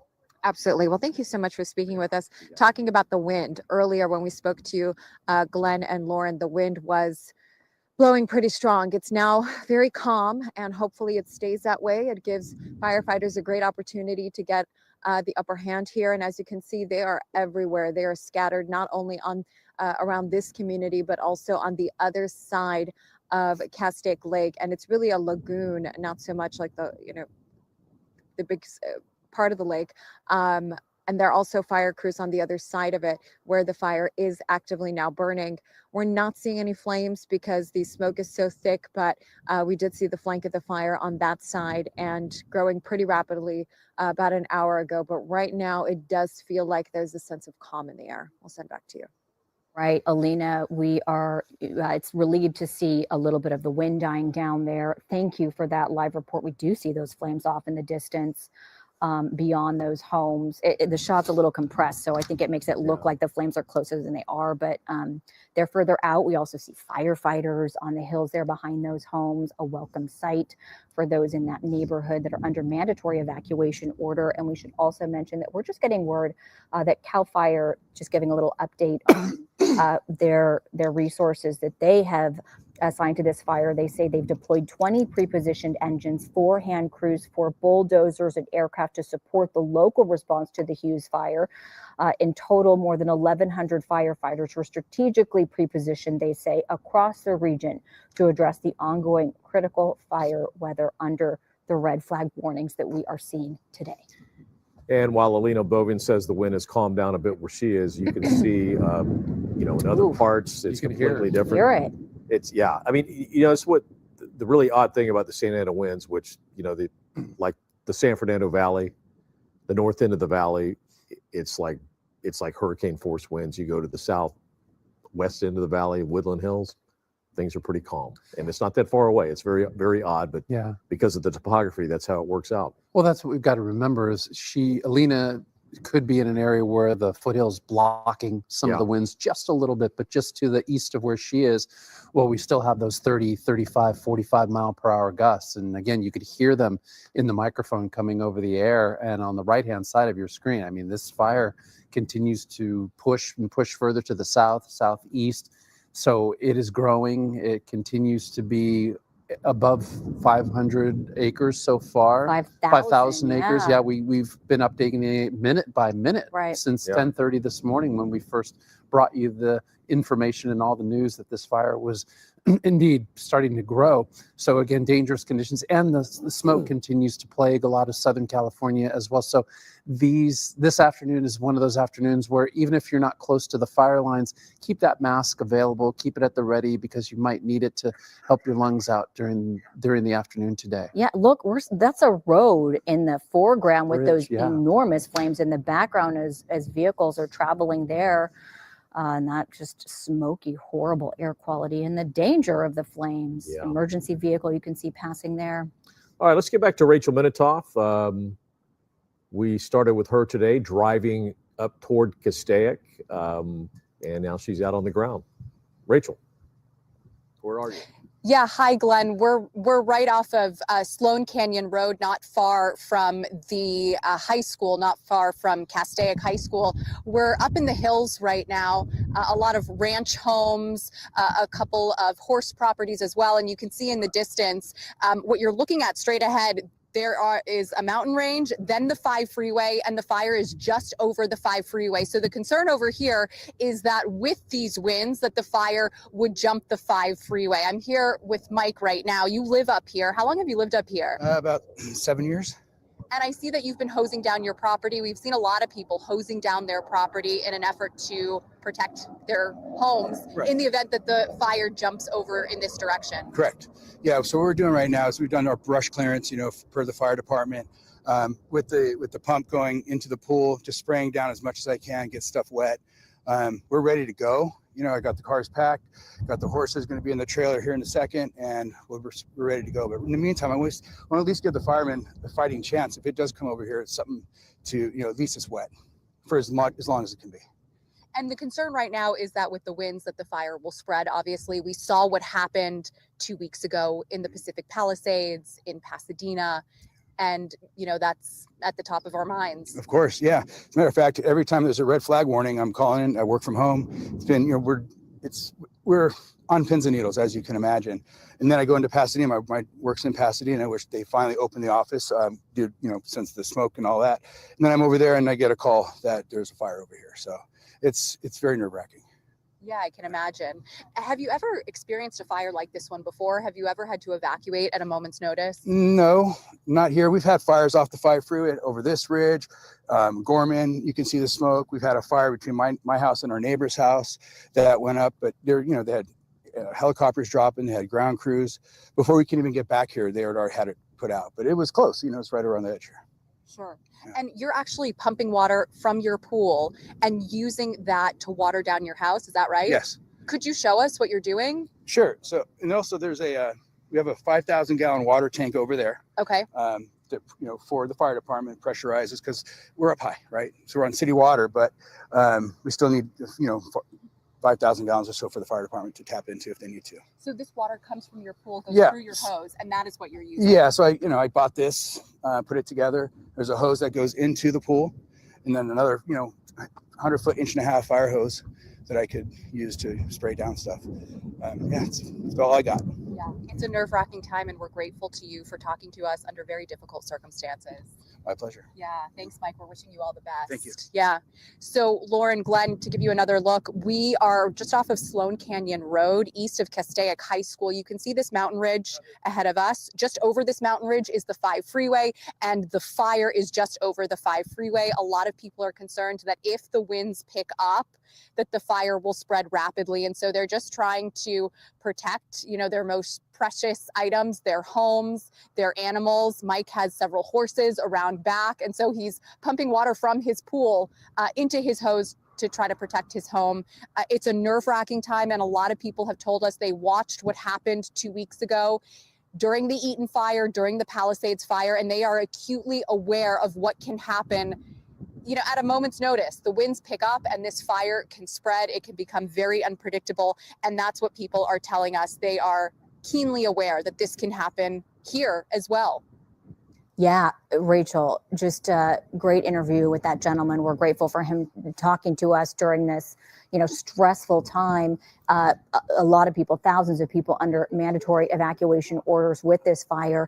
Important, though, we should note, we haven't seen in any of our live shots any structures burn. Yeah. We got word of a boat dock that we believe burned, but we have not seen structures on fire. Yeah, that's right, where the larger lake that's kind of V-shaped, where the dam is going into the lagoon, right on the right side, there's a couple of boat launches there. I think 3 of them, and I guess it was one of those that burned.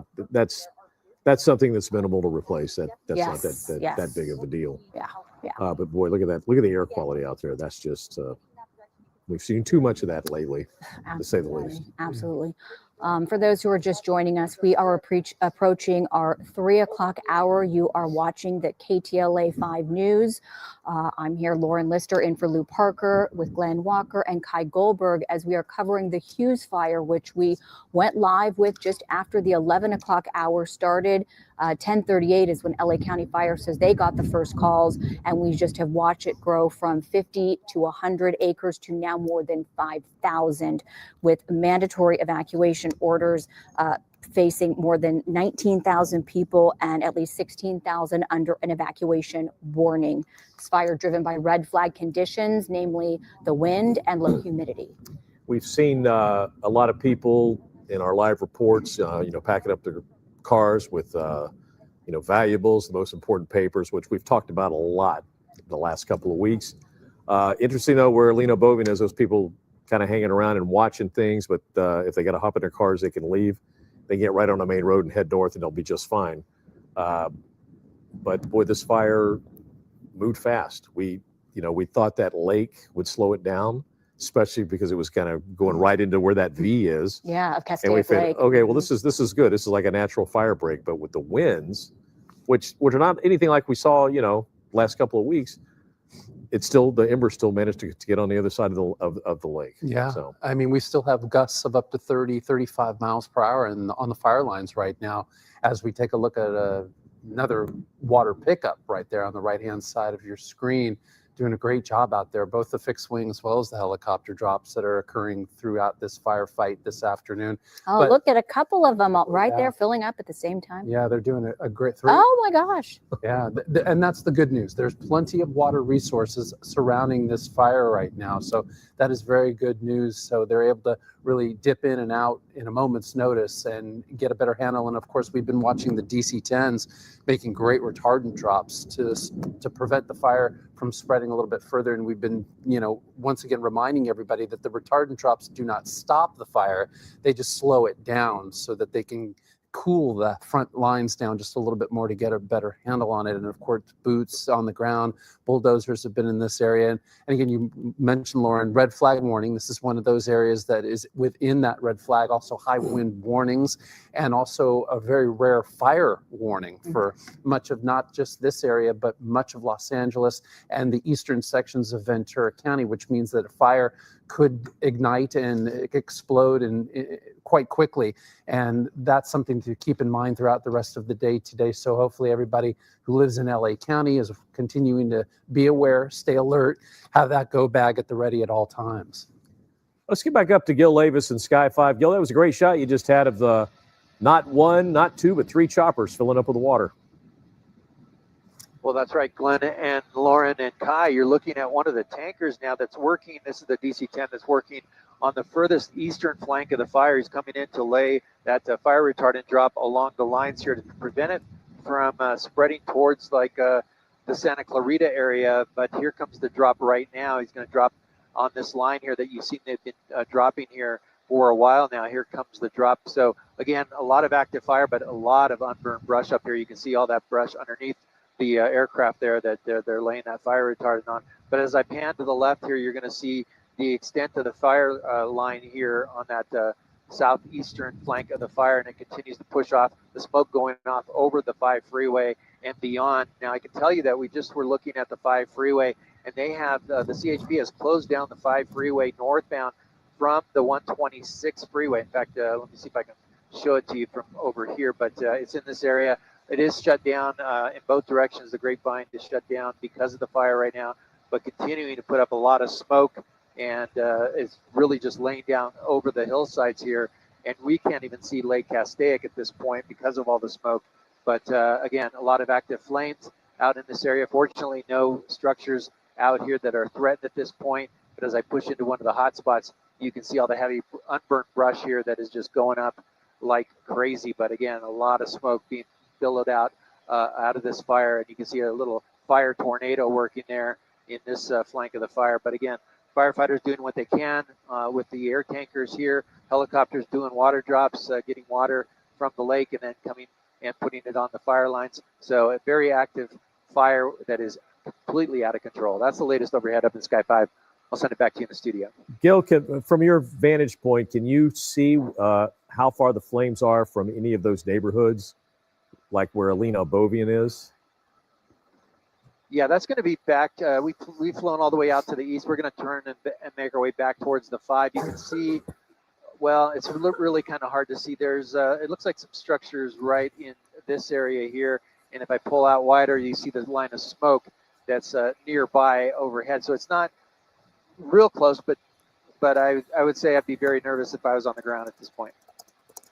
All right, Gil Levis overhead in Sky 5. Thank you so much for that. We'll check in with you in a little bit. We have a team of reporters on the ground. We have Alina Abovian, who is in a neighborhood in Castaic.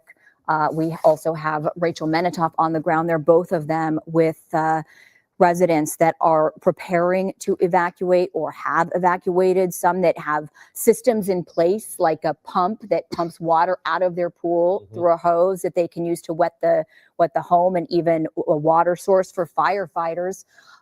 And can we check in with one of our reporters on the ground? Is Alina or Rachel available? Well, okay, we're going to go to Samantha Cortese, who's in the newsroom. She's been monitoring all the evacuations and road closures. And Sam, the 5 freeway, we talked to the CHP. They said they were getting ready to close down a portion. Has that happened? Yes, CHP Newhall has said that due to the Hughes fire, the 5 northbound at the 126 will be shut down. They say, please continue to be patient as emergency crews continue to work in the area. They say the 5 is fully closed northbound at Newhall Ranch Road and also southbound at Grapevine. They say significant delays are expected and drivers are advised to plan alternate routes or delay travel. The closure will remain in effect until further notice. So that is the update on traffic from CHP. Also, CAL FIRE has been issuing road closures on its website, discussing what we've been saying for the last couple hours: Ridge Route Road at both Lake Hughes and Templin Highway, as well as Lake Hughes at Pine Canyon. The 5 northbound, we just went over that, as well as the Grapevine, closed. So please prepare. If you are driving north, if you need to go any further, that we've talked to a couple. Sparkle cleans everyday messes, and it won't clean out your piggy bank. Earlier, I have some family friends who live out in the Camarillo area who unfortunately went through that fire, and they say that driving back home today was pretty rough, and even driving anywhere surrounding Simi Valley. Glenn, I know you mentioned Fillmore over near Lake Piru. Just please check road conditions before you head out, because we're seeing surrounding traffic get pretty gnarly out there as 19,000 people are told to evacuate around Castaic due to this Hughes fire. I also wanted to mention, if people are evacuating, Valencia High School is the temporary evacuation center. Again, temporary, as it is in an evacuation warning zone. And we've now learned that the College of the Canyons will be the host site to a news conference set to begin around 4 o'clock this afternoon. So we expect to hear a little bit more on this firefight, how it's going, where they expect the winds to move this fire. Lauren, I know you were going over the mass amount of resources that we've seen from all the different agencies helping to fight this fire. But again, today at 4 p.m., College of the Canyons. Initially, we thought that would be an evacuation area, but we quickly learned they were prepping this area. Now we know for maybe a staging site, media, news conference, as this Hughes fire ballooned from 100 acres to 5,000 in only 2 hours. The last update we have as far as acreage was a couple, 2:34 p.m., so about 30 minutes ago. And at that time, it was still about 5,000 acres, but we expect to learn a lot more today at 4 during that news conference. All right, Samantha, thank you for that. Let's check in with Rachel Minitoff once again. She was at a home where a gentleman's got his own pump in the swimming pool, and he's watering his house down. Yep.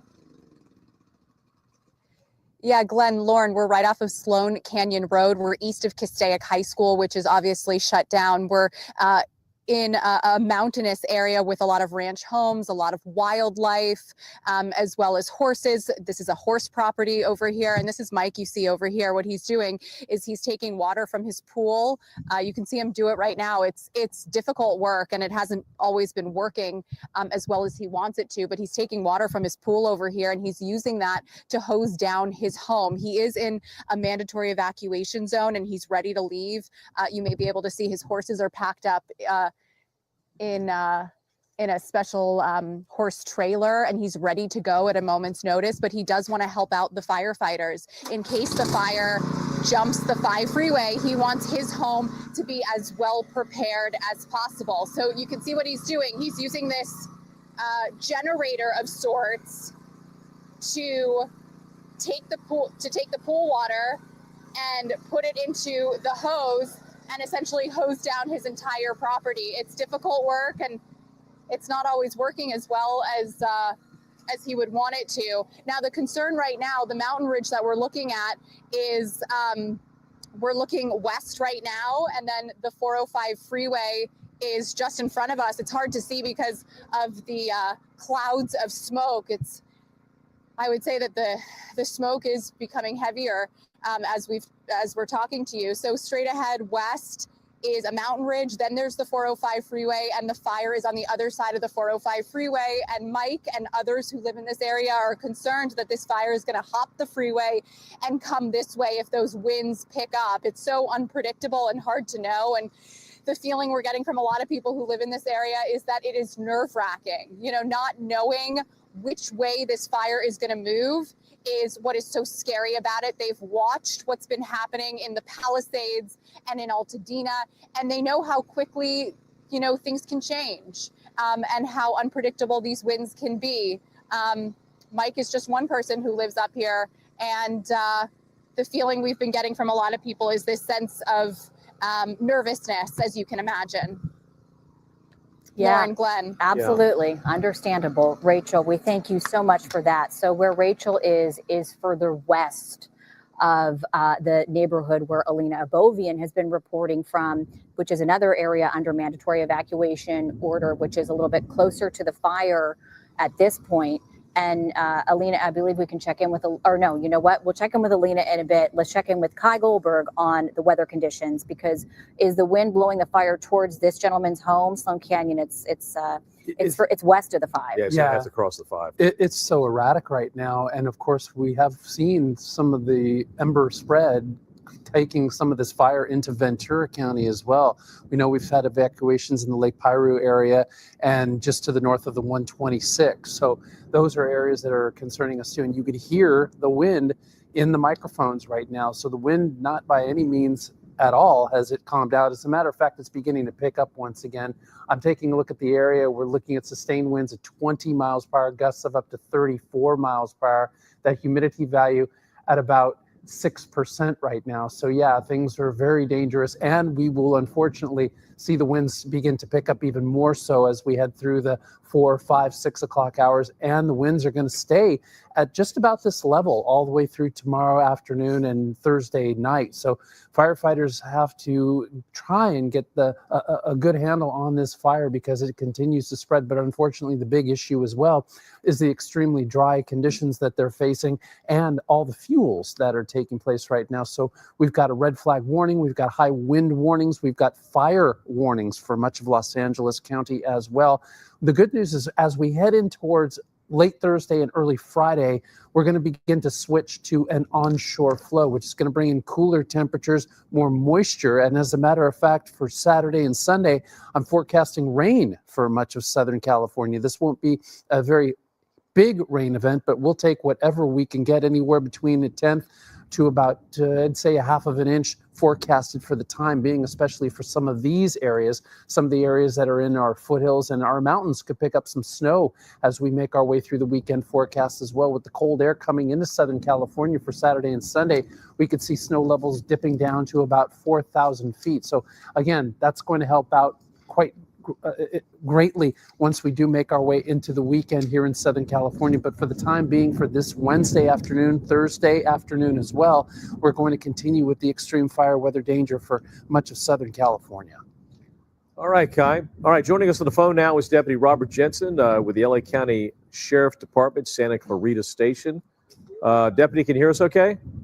Yeah, I can. How are you guys doing today? We're good. How's evacuations going with the citizens of Castaic and the other areas there? Thank you again for the opportunity to come on here and let everybody know. Folks, if you are issued an evacuation order, it is not a recommendation. Deputies are on the ground going door by door for over 31,000 people that are under evac order right now. We have another 24,000 under evac warning. That means in excess of 7,500 structures and about 70 under order and about 7,100 structures under warning. That is a lot of ground to cover. Please help us out as we attempt to help you. We learned from our mistakes a week or two ago, right, with Eaton and Palisades. If you get that order, please evacuate rapidly. I have animal shelter information for small animals. You're going to go to Palmdale, Aurora, and Lancaster Animal Care Centers. And then if you have large animals, you can go to Pierce College for those larger animals. Again, I just want to emphasize we are currently at 5,300 acres. That was the last update as of about 30 minutes ago. I need you guys to heed those warnings, okay? I have deputies on the ground going door to door to try and begin this evacuation. The fire is moving south just a little bit, so we are beginning to see evacuations in the Tesoro, Del Valle community, as well as the Kelly Johnson, Biscaluz, San Francisco, and Reyes Adobe areas. Please check the protect.genesis app or the website to see if your zone has been put under evacuation order. There's a tremendous amount of support here at the command post. We're seeing agencies all across the county and the state, CAL FIRE, Angeles National Forest, California Highway Patrol, LA County Fire, and then, of course, Santa Clarita Valley Sheriff Station getting assisted by various stations within LA County. Again, this is a huge incident. It's moving very quickly. The winds are not as strong as we saw last week, but they are definitely big enough to keep this wind or to keep the fire moving. So we appreciate the community's help. And again, just if you get a lawful order from a deputy sheriff or even a firefighter, please heed those warnings. And Deputy Jensen. Just a piece of update, or one more update as well. There was word that there was a temporary evacuation shelter set up. That is going to be at Hart High School, no other high school. So if you are fleeing the area, The temporary evacuation shelter is being set up at Hart High School. So that is new information, because prior to this, we had been saying Valencia High School. So that is not the case. You are saying it is Hart High School. That is where Correct. people that need somewhere to go, that are evacuating, can go. Deputy Jensen, these numbers have grown since we spoke to you last. The last time we talked to you, there were 19,000 people under mandatory evacuation orders. Now you're saying 31,000. So this has really grown in scope in terms of how many people are being impacted by these evacuations. Correct. And it's a very small community. So you're going to have a lot of residences within one area. Again, you know, this is one of those things. We've shut down the freeway with the assistance of California Highway Patrol. So everybody leaving has a free and clear path to get out. We've shut down the traffic northbound on the 5 freeway at the 126, and southbound 5 freeway is going to be at, I believe it's Grapevine. So it is going to be a wide open area for you to get out. We've done that on purpose. So please take advantage of that. Do you know if cell phone warnings are going out to those in the impacted areas as well? Yes, cell phone warnings through Alert LA are happening. They are accurate. I know there was some concern and some skepticism with that the last round of fires that we had, but no, as far as I'm aware, all the alerts that are going out are accurate. I myself have gotten like 3 or 4 just for the different areas that I'm standing in, but no, they are accurate. If you get that notice, please go. Also, if you're next to an area that's been put under order and you're only under a warning, that is for our special populations. If it's going to take you a little bit longer to get your stuff and get out of here, if you're elderly or any kind of special population, view that warning as an order. Deputy, with evacuations orders now for areas like Tesoro and Duvalier, obviously some real concern this is going to could jump the 5 freeway. You know what? I'm not privy to that right now. There is a tremendous effort that's on display right now. I mean, we have airships overhead. We've got helicopters, a huge amount of resources being deployed, like I said, from Angeles National Forest, U.S. Forestry, LA County Fire. I'm just looking around the parking lot right now. Cal Fire is here on standby, ready to go. So we're attacking it from the front, it looks like. Where are you? Where is Unified Command? Where is the command post? Where are you guys operating out of? We're about 5 miles just south of the fire. All right, Deputy, thank you for the information and the warnings for people to, Heed evacuate the warnings. now. Yeah, Evacuate yeah. now. Please do. All right, thank you. All right, let's go to Alina Abovian. She's been in that one particular cul-de-sac most of the day. Pinecrest Place. Pinecrest Place. Alina? Lauren, Glenn, we've actually, as you can notice from the shot that we have up here right now, we are in a different location. This is Ridge Route Road, and you can see those dozers. They are creating a line there. There's a fire very dangerously close to, it looks like an apartment building, possibly a hotel. You can see there are firefighters there. They're flanking the fire. And this was pretty big a few minutes ago, but thankfully we do have boots on the ground. We have crews here on the ground, and they do have the upper hand when it comes to this this fire right here that broke out just a few minutes ago. Very close call, though. Just a few moments ago, flames were getting really high, probably reaching about 20 feet or so and getting very close to those structures there. But thankfully, there is a fire station right here, several engines, dozens of firefighters on the ground, and you can see 2 dozers there creating that line and creating structure protection for this area. This is an area which, if we pan over this way, you can also see, just to paint the picture for you guys, major streets here on this side, Ridge Route Road, and then also this is close to Templin Highway. This is the street we took up earlier to get into that community, and we're just south of it right now. You can see residents there lingering around, kind of watching the trajectory of this fire, and a bit of it did jump to this area, but thankfully fire crews were on standby. They were able to create a line, and now it seems like they have put it out as far as this area goes. Just to look, we do see some black smoke on this side, possibly another little flare up here, but thankfully lots of fire personnel here. Armando, our photojournalist, if we come over this way, please, you can see more flames off into the distance there. That is just west of us. And yeah, we're seeing a lot of these little spot fires as a result of this fire. Where we were earlier, we were looking down into that area, noticing how the fire was traveling in a southwest area, where the flank of the fire was moving, and now it's jumping to these little areas here, possibly because of flying embers, flying debris. Thankfully, the wind, not really a factor right now, but you can see little spots popping up everywhere, and they're just doing their best to keep it contained and to keep it away from the homes here and for the people who are in this area. We'll send back to you for now. Alina, we thank you so much for that live report. Great work you're doing out there, showing us the situation on the ground and those bulldozers out there cutting line, trying to get this fire, fire break so that the fire doesn't go past this. We really appreciate that. We'll check back in with you in just a short time. Let's go back up to the air. Gil Lavis in Sky 5 over this fire. Gil, what are you seeing as we approach the bottom of the 3 o'clock hour? Yeah, Lauren and Glenn, I'm showing you the 5 freeway. I'll bring in our map system to get an idea of where the fire is burning. It's burning very close to the 5 freeway. As I zoom in here, you see one of the hot spots here. This is to the east side of the freeway, but not too far from the 5 freeway.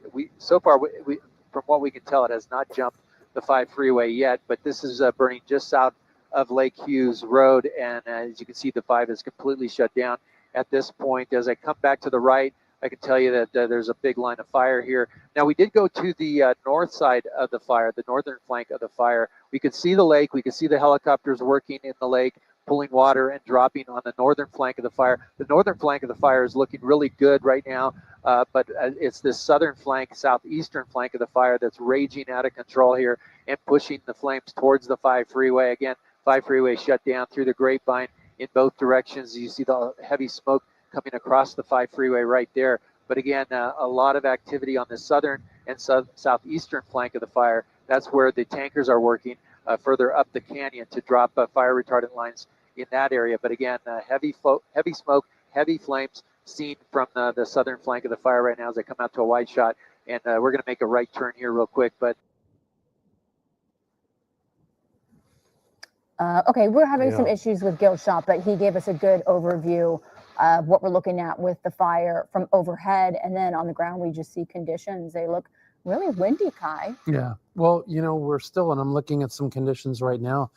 There's gusts, pardon me, along the fire lines right now, anywhere between about 32 to 35 miles per hour. The sustained wind speeds anywhere between 18 to 20. So they're still dealing with some strong sustained winds. That's a big issue that they're having as well. You don't just need those gusts to come in and punch some of that fire through the fire lines, but the sustained winds behind this fire are still quite active as well. But again, fortunately, this is not an event where we're looking at gusts of up to 80, 90, 100 miles per hour. This is not that. And that's why we're lucky to see the helicopters as well as the fixed wing be able to stay up in the skies and deliver the water as well as the retardant on many of the areas surrounding the Castaic Lake area. And the big issue, of course, also is the smoke, the heavy smoke that continues to travel through the Southern California atmosphere. So this is another issue that we're dealing with this afternoon as well. And we've been hearing good advice. If you can see some of that smoke to the north of your property, if it's right on top of your property and it's coming from that northerly direction, well, then it's time to heed that warning, because where there's smoke, there is typically fire. Are the winds supposed to stay about what they are now? They're going to get a little stronger through the evening hours. We're looking at gusts, and right now they're starting to get a little stronger.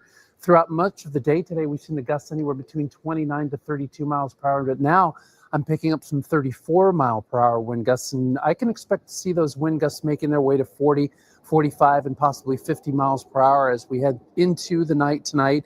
By tomorrow morning, we're still going to see the winds gusting into these areas anywhere between 30, 35, and 40 miles per hour.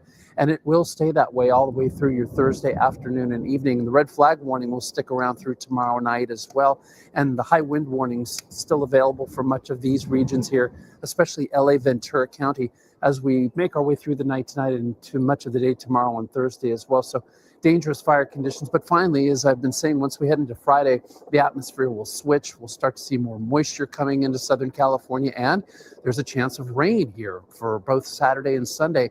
And boy, do we need rain. We have not had rain in hundreds of days for Southern California. And we just saw a water drop on the right side of your screen, as we've also been seeing Castaic Lake be used as, it's like a car to a gas station, Yeah, you know, it's it's great. there are all Yeah. these helicopters are going, filling up, and then going and dropping the water. The proximity to Castaic Lake has been good in that sense, because there's right that where the fire water is. source Yeah. right next to the fire that firefighters are able to use to attack it from the air, as we are seeing them do. Do you think, Kai, the winds are going to get high enough tonight where they may have to ground the aircraft? No, I don't think you will see winds gusting more than 50, 55 miles per hour at the very most. But, you know, they'll have all of the tools of the trade in terms of the radar, the tracking, so they can see the hot spots, know where to go. Obviously, when the sun goes down, they'll be able to see the flame a lot easier. And, you know, that's part of the game that they'll play tonight. And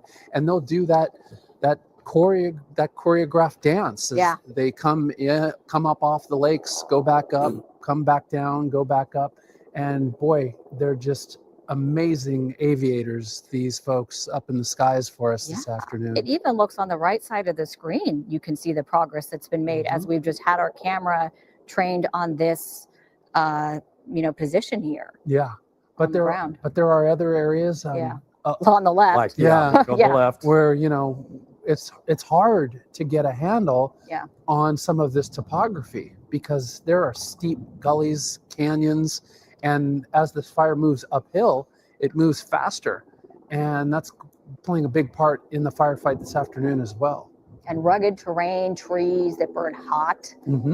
There's a lot of oils inside of these trees, so once they're flammable. burned, they're very flammable. They often explode, and those oils help fuel the flames. Yeah, those are the ones where we see the really black smoke. Yeah. All right, let's bring in Samantha Cortese again from the newsroom with some more information for us. Hi, Glenn, Luke. Hi. Yeah, I just wanted to remind everybody what you're seeing at the bottom of your screen there, that the new evacuation center is at Hart High School. CAL FIRE initially had that at Valencia High School, but Valencia High School ended up in an evacuation zone. So now the temporary evacuation point is at Hart High School. That's on Newhall Avenue in Santa Clarita. And to mention about animal evacuations, Agora Animal Care Center has let us know they are full. They are no longer accepting animals at Agora Animal Care Center, but they say other animal shelters remain available. That includes Palmdale and Lancaster Animal Center. For large animals, Lancaster and Pierce College remain open for any large animal evacuations. As we heard Sheriff Deputy Jensen say from Santa Clarita, that there are now 31,000 people asked to evacuate because of this fire. So a lot of people trying to leave at one time.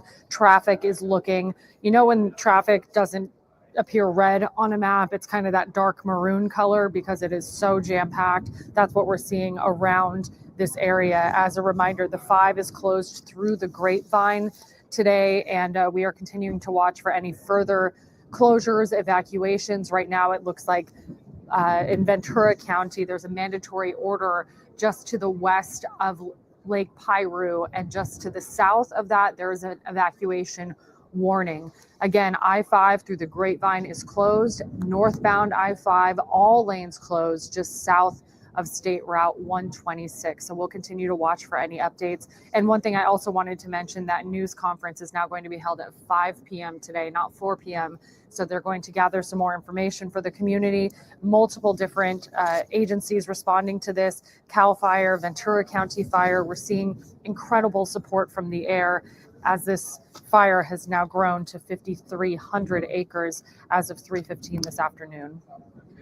All right, Sam, we really appreciate you keeping us up to date on all of that. A lot of important information there if you're in the area impacted by this fire at all. And we are seeing the air show right now on the right and the left, the helicopters, the fixed wing. Look at that Boss Check Drop fire retardant. They've been painting those hills to try to stop the spread, slow the spread of the fire, and then dousing it with water to try to put out those flames. Gil Levis overhead, monitoring it all. What can you tell us about the resources you're seeing in the sky, Gil? Well, yeah, Lauren, they're definitely hitting this edge of the fire here. This is the furthest east of the burn scar itself. This is a point of origin up in this area. You can see the fire retardant lines that have been dropped in this area ahead of the fire and dropping. The good news is some of the tankers can go to Fox Field up in the Lancaster area to refuel their tanks with the fire retardant, and then back on the scene relatively quickly. On the northern flank of the fire, the helicopters are working the drops on that side of the flank of the fire, and I can tell you that side looks a whole lot better than this side. This is the south and eastern flank of the fire. You can see all the smoke that is billowing out towards the 5 freeway. As I come back to the left here, you'll see more active flames, a really big hot spot putting up really dark smoke here. Look at that, and the terrain here is pretty steep, pretty rugged, but the brush in there is so thick. It's unbelievable to see how thick that brush is. It hasn't burned in quite a while, and it is putting up a lot of dark smoke here. If you were in the Santa Clarita Valley, you could look up in this area, and you'll see that thick dark smoke just billowing up into the sky. And all the fire line here that stretches towards the 5 freeway, just in some very heavy brush. Now, if there is any good news, there was previous burns in this area before, and the fuels are lighter. As I come to the left here, you'll see that the hills there have less of that thick brush, and so that's going to help definitely with the firefighting activity, as well as the ridge fire that burned a couple years ago on the west side of Lake Castaic. That was about 5,000 acres that burned along the 5 freeway. And so they'll have less fuels, at least in that area, to contend with because of that fire a couple of years ago. But here's a look back at the 5 freeway, all that smoke going over the 5 freeway. And the closest point of fire that we can see right now is here, just south of Lake Hughes, and you can see a helicopter working that fire line right now. It's maybe about a mile from the 5 freeway. All right. Gil Lavis, thank you for that update. Alina Bobin spent a good part of the day on Pinecrest Place off Ridge Route Road, watching and talking to people who were packing up, getting ready to evacuate while keeping a close eye on those flames. Last report, Alina, you were out on Ridge Route Road, and it was pretty windy where you are. Where are you? The same spot or somewhere different now? I got to switch my battery. Hi, Glenn. No, we keep moving around because we want to give you guys different vantage points. Right now, we are on Castaic Road, and this is Tapia Canyon Road. And as you can see, this is the front flank of the fire, and this is a pretty incredible shot here. As you guys can see, this huge cloud of black smoke. You can see how actively the fire is burning, and also the fire personnel down here. That's LA County Fire Department. Also CAL FIRE is here, several agencies, several strike teams. This is a look at the firefight from the ground. They are creating lines in order to keep the fire from reaching. There's the 5 freeway right next to us here. That's a really big factor. They want to definitely keep the fire from reaching the 5 freeway. Additionally, just looking at the map here, I can probably tell you there is an RV park here. It's called Parkway RV, and we did see a lot of people in that area earlier who did evacuate. So that's the good news there, but still a lot of structures in this area potentially in the path of this fire. But the good news is there's a great presence on the ground, and they are doing their very best to ensure that the fire does stay as contained as possible. You can see several fire engines here off into the distance. Again, this is Castaic Road, and it's just incredible to see this huge plume of black smoke hovering right here above us, and that speaks to the direction of this fire, and it's moving in our direction. The front flank of that fire, where we were earlier in that neighborhood speaking to those residents, we were looking down into this area, and we noticed that the fire was moving southwest. So we made the decision to come down to be able to see the direction that the fire is moving. And now being here on the ground, you are seeing where it is exactly. This is just west of the 5 freeway. So all eyes on the 5 freeway at this point, all eyes on the front flank of the fire, ensuring that it stays contained and does not reach. There's a hotel in this area, and again, there is an RV park in this area, and several homes as well. So a lot of attention here, specifically in this location. Lauren, Glenn? Lena, I'm just wondering if you could walk us through, the last neighborhood you were in, how far of a drive it was to get where you are now, and just sort of where you are in relation to that. My sense is you went further west. Is that right or no? We did. We further west, southwest, that neighborhood just north of us, maybe about 2 miles, a 5-minute drive. I mean, it's still very, very close if you think about it as far as how far we are. When we first got here, I want to say around noon, that's where the closure was. Very large presence of LA County deputies, sheriff's deputies, closing that area off. I'm not sure if you remember, but that's where residents were being turned away because at that point it was too late. If they had not left already, they were being told not to try to go back into those communities. So now we are just south of that area. And again, this is Castaic. So just to show you where the fire has traveled, people up in that neighborhood, they can certainly look down and see the fire. So it doesn't look like it's going to move in that direction. Just looking at the trajectory of the fire, just looking at the wind, it seems like it's moving further down south, further west. But, oh, look at those flames there, guys. Definitely things kicking up there in the distance. You can see firefighters standing right near it. That is the front flank of the fire. Firefighters on the ground and several fire engines there too. Really, really intense situation here, guys. And that's pretty close to us. I'm not sure how you're able to see it as far as the Oh, we can see it. Yeah, Yeah, we can see see it it just very fine. clearly, where Alina. we are and you know how far. Yeah, you can see it. It's I want to say maybe less than a mile away from where we are, and it's moving pretty quickly, guys. I mean, the wind is not that strong, but again, flying embers. There's so much dry brush down here. I mean, look at all these trees. They're power lines. It's just a perfect storm for something bigger. But thankfully for all the fire personnel down here, a lot of boots on the ground, and they're really watching where this fire is going. You saw two of those tractor trailers earlier creating the line, and that's really what they're doing. But just to show you where we are, we're right next to the 5 freeway. So it's a situation that really requires a lot of attention given where the fire is and how close it could get to these communities and to the 5 freeway. Well, that seems to be the critical concern is this fire marching toward the 5 freeway. Hopefully not crossing, but again, even before the 5 freeway, they could take out a lot of homes. So the fight continues, and the thing is, they're dealing with these steady winds. It's really about the flying debris, the flying embers. Yeah. Have you, Alina? Yeah, let me it really just comes ask. down to flying debris, flying embers. We're seeing it everywhere. We're in the areas that you've been. Have you been having embers where you are, or no? You're just saying that that's the concern with the fire, that it comes out in its spots. But has any of that reached any of the areas where you are? Seems like no, not yet, right? No, it hasn't reached this area, but we're seeing a lot of flying debris, so it's possible that we would get flying embers. Because, yeah, I mean, it's everywhere, but thankfully it's none that are active, but it's certainly a possibility. Great. Yes, of course. Yeah, no, I just wanted to clarify that. Thank you so much. Thank you. We'll check back in with you in a bit. On another area of the fire on the ground, we have our Rachel Menitoff. Rachel, where are you at this stage?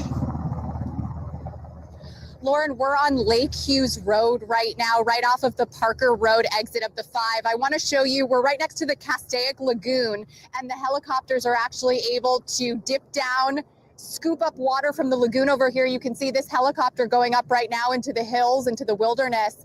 They just took a large gulp of water from the lagoon, and they're able to use that to fight this firefight. And I'm joined here by Battalion Chief. Tell me your first and last name, please. Brent Pasqua. Brent Pasqua, thanks so much for joining us. Tell us a little bit about the trajectory of this fire. So this is another fast-moving Santa Ana wind-driven fire. Very serious fire, much like the Palisades. The winds aren't as strong, so we're able to fly our aircraft, our air tankers, our helicopters. So that's good news, silver lining, if you will, in this fire.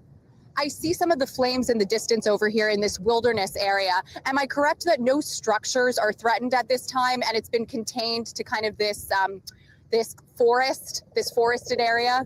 Yeah, I don't know for sure as far as the structures. There has to be some threatened because this is just a fast-moving fire and it's headed in that direction. So again, our message is if you get an evacuation warning or order, please leave as soon as you can. I know one of the concerns is this fire jumping the 5 freeway. Can you tell me about the direction that it's moving in right now from your perspective? Yeah, definitely. It's headed that way. It has the possibility to jump if it hasn't yet. The winds are super strong out here. I'd say 20 to 30 miles an hour, which again is still good because we can use our aircraft. So when the winds pick up, are you saying there's a point at which you cannot use your aircrafts? Right. Yeah, I just came from the Palisades fire to here. In our first 2 days over there, we could only use them off and on because the wind gusts were over 50 miles an hour. Okay, so between 20 and 30 sounds like kind of a sweet spot for your aircraft. Well, as long as we're still able to fly, that's good. That means retardant or water's getting to the ground, and with our ground troops, we can get in there and fight the fire. For people who are maybe driving on the 5 freeway, what do you want them to know? We were on the 5, we saw heavy plumes of smoke. What should drivers in the area be aware of? Yeah, when I was coming this way, I could see a lot of smoke as well. If you can, I'd say stop and go back and see if maybe you can have dinner outside of this area. There's just so much engines and things on the freeway trying to get by the traffic that's already there.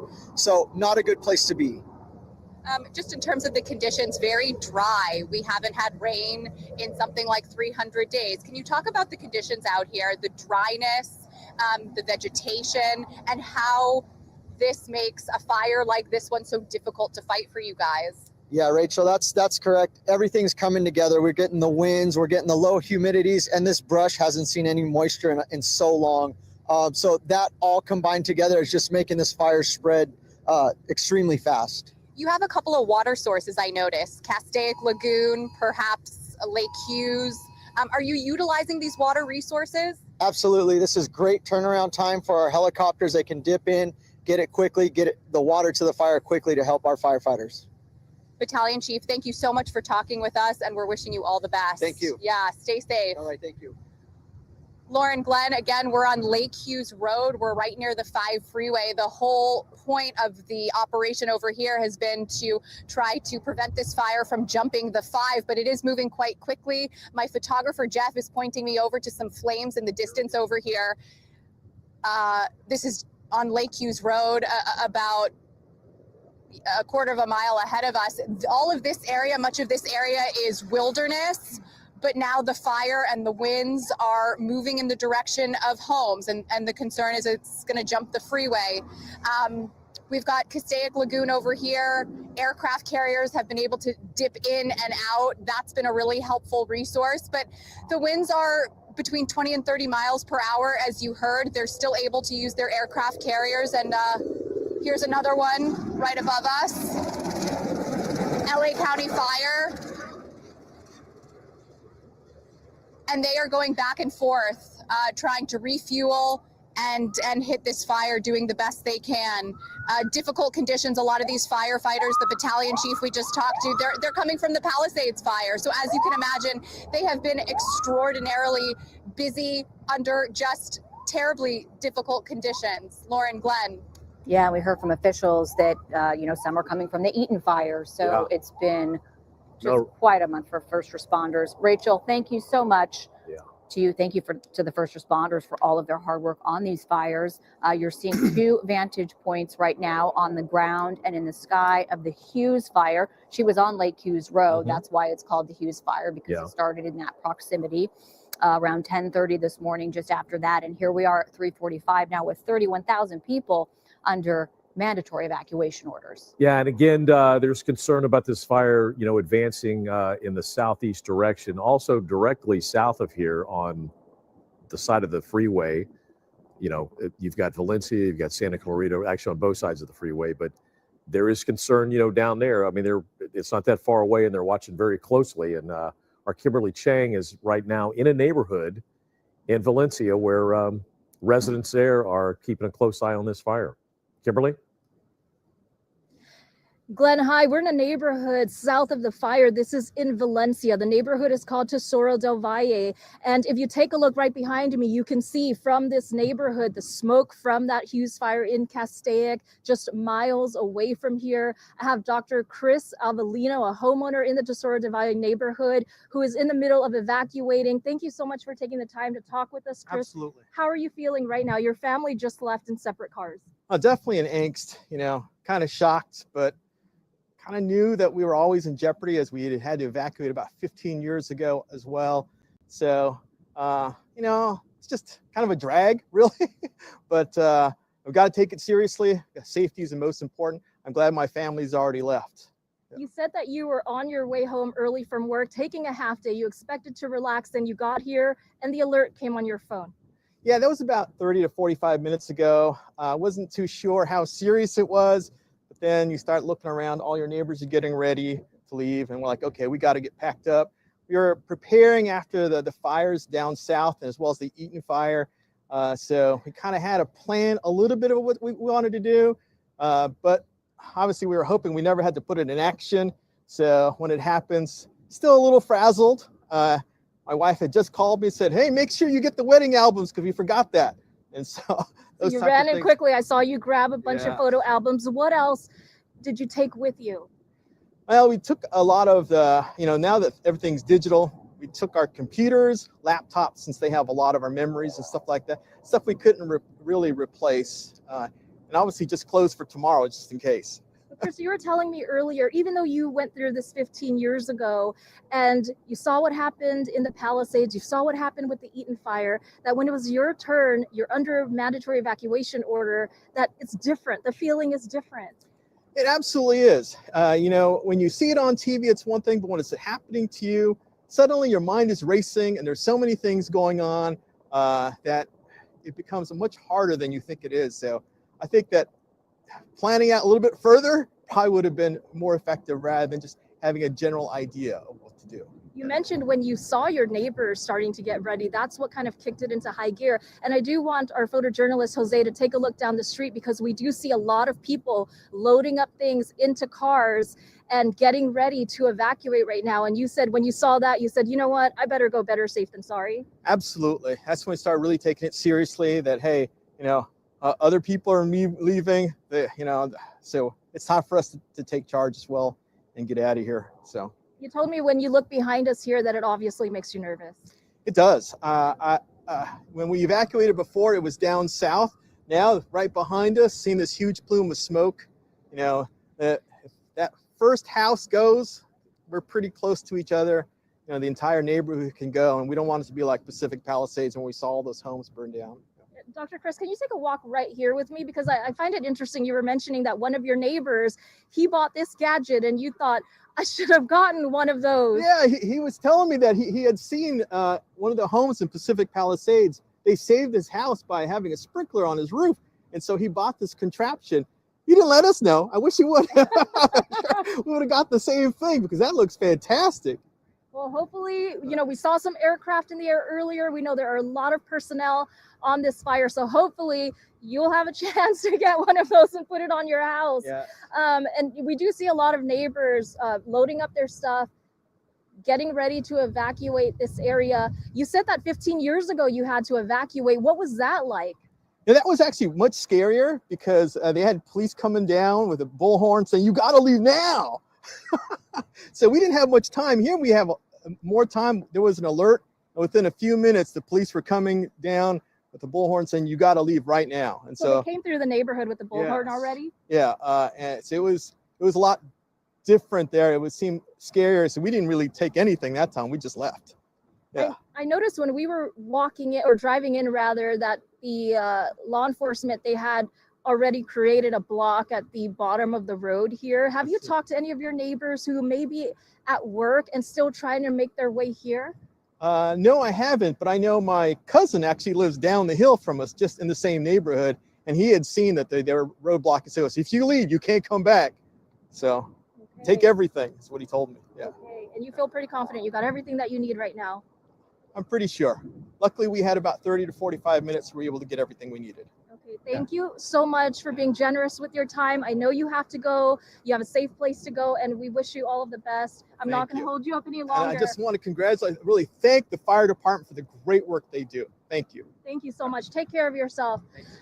So again, he's getting ready to go. His family has already left. And if you take a look around here in this neighborhood, you can see there are several people out right now. And as we were driving up, we did see people just loading up their cars, getting ready to go. We'll spin back around here so you can see in the Tesoro del Valle neighborhood here in Valencia, that is what they can see overhead, just this large plume of smoke. And even as we were driving in, I mean, we could see that large plume of smoke all the way from the Sepulveda Basin area, Silmar, Stevenson Ranch, and coming into Valencia, we could definitely see it. People here on this street taking things very seriously under mandatory evacuation order, and many of them are already leaving right now. Reporting live here in Valencia, I'll send it back to you in the studio. Yeah, and Kim, I thought that resident had really good advice about preparing, because when you're in that sort of crisis moment of being told you got to go, your mind can get it's not clear all the time, depending on your situation. And so I thought that was good advice. And also the neighbor that has taken some cues from what he's seen in some of our recent fires and installed a sprinkler on his roof. Well, the fact that she's in Valencia just reminds me, there's a lot of people, including a lot of our colleagues, that live up there, and they come down here to work into the city. Indeed. So this, broke out this morning. They were probably, Hollywood, downtown Los Angeles, had to hop in their cars and head back home. We've got to text them and check in with them. You're absolutely right about that. Let's go check in actually with Samantha Cortese. Sam, you are in the newsroom with some new information. The acreage has really increased. Now, look at that, 8,000? Yes, CAL FIRE just released an update. This fire is now burning 8,000 acres in Castaic. And something I just wanted to mention, because we've been talking about power safety shutoffs. Right now, SoCal Edison has on its website about 2,200 customers in LA County are without power due to those power safety shutoffs. SoCal Edison will proactively turn off the power in areas that are at risk of winds and fire. They don't want anything to spark during a high wind event, so they proactively turned off power to about 2,300 customers in LA County, another 65, it looks like, in Ventura County.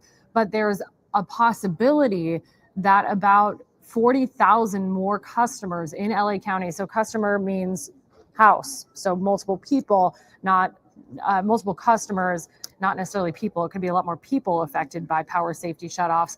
Again, 39,000 customers could lose their power in LA County, and Ventura County, another 34,000. Wow, this is really incredible to watch, Glenn and Lauren, all this air support coming in. I loved what CAL FIRE Battalion Chief Brent Pasqua said about the turnaround for these aircraft, able to go in, grab water, and quickly create a barrier or put water out on top of these fires, which we were, wow, I mean, that is spectacular to watch. Something we weren't able to see on Tuesday, January 7th, when the Palisades fire broke out. So it is encouraging to see this, as they are concerned this fire will hop over the 5 freeway. Just wanted to mention as well that news conference will be held at College of the Canyons at 5 o'clock this afternoon. We, of course, will carry that. And Hart High School is now the temporary evacuation center for the 31,000 people who are being asked to leave their home during this Hughes fire. It was initially Valencia High School, but that's also being considered an evacuation order zone. So Hart High School for evacuees. Did want to mention, for those with animals, the Agora Animal Center is full. So Palmdale and Lancaster are 2 options for citizens looking to go somewhere with their small animals. Large animals can go to Lancaster Animal Care Center or Pierce College. A lot of people out there with horses, and it's encouraging to see our reporters talking to people who proactively were getting their animals and getting them out, even as they were maybe in evacuation warnings, not orders, because we know it can get pretty dicey if you wait till the last minute with those large animals. As far as Castaic Unified School District, the update there is that all students have been picked up, all are accounted for. But tomorrow, it is more than likely, according to the superintendent, that schools will be closed due to air quality. We're still keeping an eye out on that, not confirmed yet, but we did hear from Bob Bronison during our, I believe, 1 o'clock hour, who said it's more than likely that schools in the Castaic Unified School District will be closed tomorrow. So we're watching a lot of different aspects of this, and definitely need to reiterate that the 5 is closed through the grapevine. and northbound I-5, all lanes closed north of State Route 126. So all lanes of the northbound 5 at State Route 126 and the Grapevine closed until further notice. All right, Samantha Cortese in the newsroom, thank you. As we approach the 4 o'clock hour, I think it's kind of obvious at this point with more than 8,000 acres burned that this is going to be a multi-day event for firefighters. Kai, what kind of conditions are firefighters looking at tonight and tomorrow? Well, unfortunately, Lauren, Glenn, it's not going to get any better in terms of the winds and also the extreme dry conditions that are here, not only along the fire lines, but all of Southern California. So things are going to pretty much stay the same. As a matter of fact, as we are now making our way here into the 4 o'clock hour, the gusts are beginning to get a little bit stronger. I'm monitoring, you can see on the right-hand side of your screen, gusts to 34 miles per hour. Humidity value, that's the big cause for concern. Look at that, 6%. It is bone dry outside in the Santa Clarita Valley in the Castaic area. And as we take a look at the future cast, we'll watch these winds continue to get a little stronger as we make our way into the 7, 8 o'clock hours this Wednesday night. So a little bit more widespread, if you will, down into the San Fernando Valley, all the way out to the Ventura County shoreline. And these exact areas continue to see the winds gusting up to 45 miles per hour as we make our way into your Thursday morning. Here we go into Thursday afternoon, Thursday night. Finally, as we head into early Friday morning, you can see the winds relaxing, and that'll make way for an onshore flow that will arrive late Friday night into Saturday morning. And then the very good news is that we've got a chance for rain coming to Southern California. And again, that'll take place for both Saturday as well as Sunday. But again, look at those winds. Finally, there you see it by Friday afternoon, Friday night. That is an onshore flow that returns to Southern California. But the all-important red flag warning, well, it stays in place until tomorrow morning right now for much of Southern California until about 10 a.m. That includes Orange, Riverside, San Bernardino, Ventura counties, along with LA County, of course. The exceptions being much of the LA Basin, the San Gabriel Valley as well, and the high wind warning. And that's just to the south of the fire lines right there. They're right on the cusp of it. So we're going to include them in this high wind warning until tomorrow afternoon at 2 o'clock with gusts anywhere between 50 to about 55 miles per hour. That could be in the offering. Now, what we're taking a look at here is the little bit of drier conditions, if you will, that will become more available as we head through the night tonight. And you can see that area of low pressure continuing to stay off the northern California coastline. But I was referring to the fact that we could see rain as we head into the weekend forecast. We're dry tomorrow. We're still staying dry as we head into Friday afternoon, but take a look. A little bit of moisture starts to move into the atmosphere as we make our way into Saturday morning, Saturday afternoon. This could mean anywhere between drizzle to some light showers. And once we make our way into late Saturday night, Sunday of this weekend, well, not only are we seeing shower and rain chances, but the pink returns that you see in the mountains, that's a chance for some snow coming to the local mountains. So it's going to get cold here in Southern California. We're talking about snow levels that will make their way and descend down to about 4,000 feet. And once we make our way into Monday afternoon of next week, there's a chance we could pick up anywhere between about 2 to 4 inches of snowfall in some of our mountain communities. So again, that's really good news. And you can see that moisture sticking around all the way until Monday morning and Monday afternoon of next week. So we do have better weather conditions on the way, Lauren and Glenn, but it's going to be quite a few days until we get there. But for the night tonight, and Glenn, you mentioned that this could be a multi-day event because I don't think that firefighters can get a really good handle on such a huge fire with over 8,000 acres burned as we make our way through the night tonight. All right, well, we'll keep our fingers crossed. All right, the time now is 3:59. If you're just joining us, this is the KTLA 5 News at 4 o'clock. I'm Glenn Walker. I'm Lauren Lister, and for, well, I guess at this point, I'm in for Lou, I'm in for someone else. We're here at 4 o'clock. Yeah. We're continuing this coverage Yeah. of the Hughes fire. Which we've been on since the KTLA 5 News at 11 a.m. this morning. This fire continues to burn up in Castaic, around Castaic Lake. And we're going to check in with Alina who has started her day in a cul-de-sac with people packing up their belongings and preparing to evacuate if the flames got too close. Alina, where are you now? Glenn, we're now on Charlie Canyon Road, and as you said, we are following this fire now. And just take a look behind me, it is now cresting the ridge, moving very rapidly in this direction. Now you can see that chopper up there, very close to the fire. Not sure how close it's going to get, if it's getting ready to make a water drop or not, but a lot of attention being paid to the flank, to this flank right here, to where this fire is moving. This is west of where we were earlier, southwest of where we were earlier, and just west of us is Valencia. So very sensitive situation here, pretty severe situation here. You can see that the fire is taking up a big portion of the ridge there and just moving its way down. It is cresting and is probably going to come over the ridge to this area, but luckily on the ground we do have fire engines, a lot of boots on the ground, and not sure how they're going to attack this from the ground, what direction they're going to go in, but they are aware that it is moving in this direction, and this is, again, west of the community where we were earlier. Lauren, Glenn.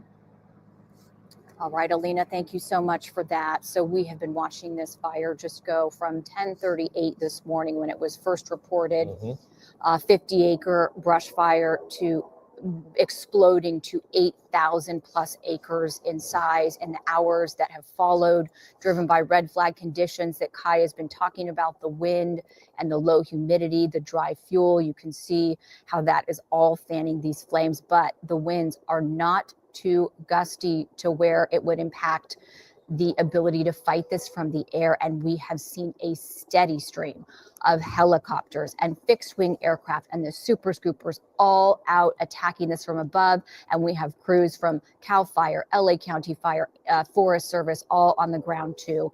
Let's go now to Kimberly Chang, who is live in Valencia. This is the latest neighborhood to be impacted. Kimberly, this is a mandatory evacuation area now? Yes, they're under evacuation order. So people are told to leave right away. I'm standing here with Braden Brauneisen, who has lived here in the Tesoro de Valle neighborhood in Valencia for years now. And he actually says that he's no stranger to evacuating. He's done it multiple times since you were young. Yeah, that's right. Evacuation is something I'm not really too unfamiliar with. We're able to do it a couple times. It's not the best thing, but when they order you to go ahead and leave, it's best to follow their orders. But it's always good to be prepared, so that's what we're doing. How did you figure out you were under evacuation order? Did you get the alert on your phone? Yeah, so my brother actually got the alert. I don't know how I didn't receive it first, but he got it, so I was able to hear that loud noise and then realize that something bad was happening, so we need to go ahead and get out of there. I mean, obviously, seeing the smoke behind us, we were able to see that there was something, but getting that alert really just kind of told us that we had to get going and get out of there. We can see the smoke here that you're referring to right behind us. You said you looked out into your backyard. When you saw that, what was going through your mind? I saw that smoke, and at first, I tried to downplay it a little bit and think maybe it's not too bad, but as I was able to kind of step outside and even go into the front yard and take a look from in front of my house, I realized that this was something that was really serious. We needed to get going, and obviously we've seen the devastation of the previous fires that have happened in California the last week or two, and we can't, we just need to take it seriously. And so we had to go and get our stuff, pack the bags, grabbing the necessities. That's really what I was thinking in the moment. Your mom was just here a second ago, and she was telling me that she has a friend who was impacted by the Palisades fire, that she lost her home, and that really kind of made her start thinking we really have to prepare, because it's different when you say I'm going to prepare and when it happens to you. So she printed out this list that you have in your hand. Can you show it to the viewers at home and just talk about what you were able to grab? Yeah, so this is the list that she was able to print out, and she sent us a picture of it because she had it on her phone. But she also put it on the door too, so we were able to, see on our way out. That way we had our bags packed. If there's anything that we were missing, we could go ahead and we could reference this list.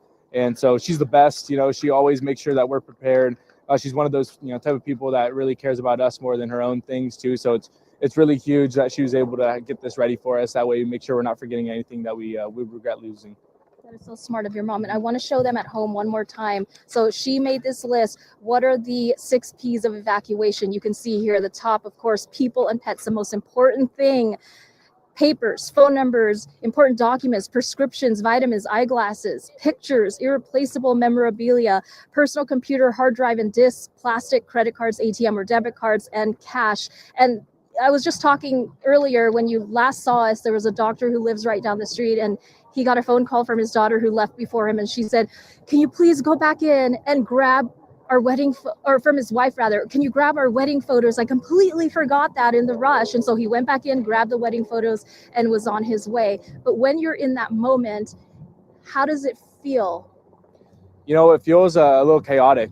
You know, there's all these things that you really want to bring, and I feel like, you know, you just can't have it be one of those situations where you really wish you got something and you just forgot in the moment, you know, and you discover it a little too late. So having this is really huge because there are a lot of really important memories that we have saved, photo albums that if it goes, we can't get those back. I mean, the good news is with technology nowadays, a lot of these stuffs are on hard drives. So that's another thing that we were able to pack up is hard drives with a lot of these memories on them. So it's a little chaotic at the time, you know, getting these, you know, these warnings or seeing all the smoke right here, but it's really best to just kind of stay calm and collected and trust the people that are, you know, taking care of these fires. You know, shout out to our firefighters and everybody supporting with this. I know they're doing a great job, you know, making sure everybody's in the aircraft. Yeah. We just saw several fly by right now. We've been seeing them going back and forth. Sorry to interrupt you, but you were just saying earlier to me that that makes you feel somewhat at peace, seeing all of the efforts.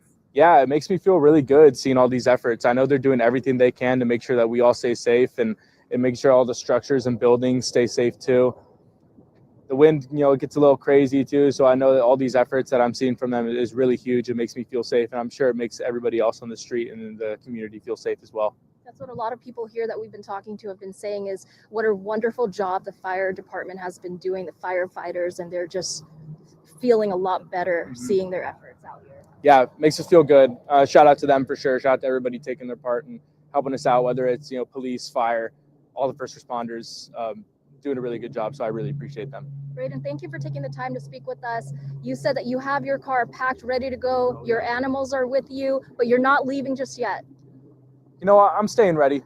I'm staying alert. If I need to go, I'll go right away. I have everything packed and ready. That's really what it's about. It's really hard to leave your home, right? You know, and we learned from the devastation of the past couple fires. Everything's packed up. I got my dog ready. So everything will be ready to go when the time comes, you know, waiting for, I'm sure a lot of people are still waiting to come home from work, you know, if they're not able to leave. So we're all ready to go. If the time comes, we're out of here.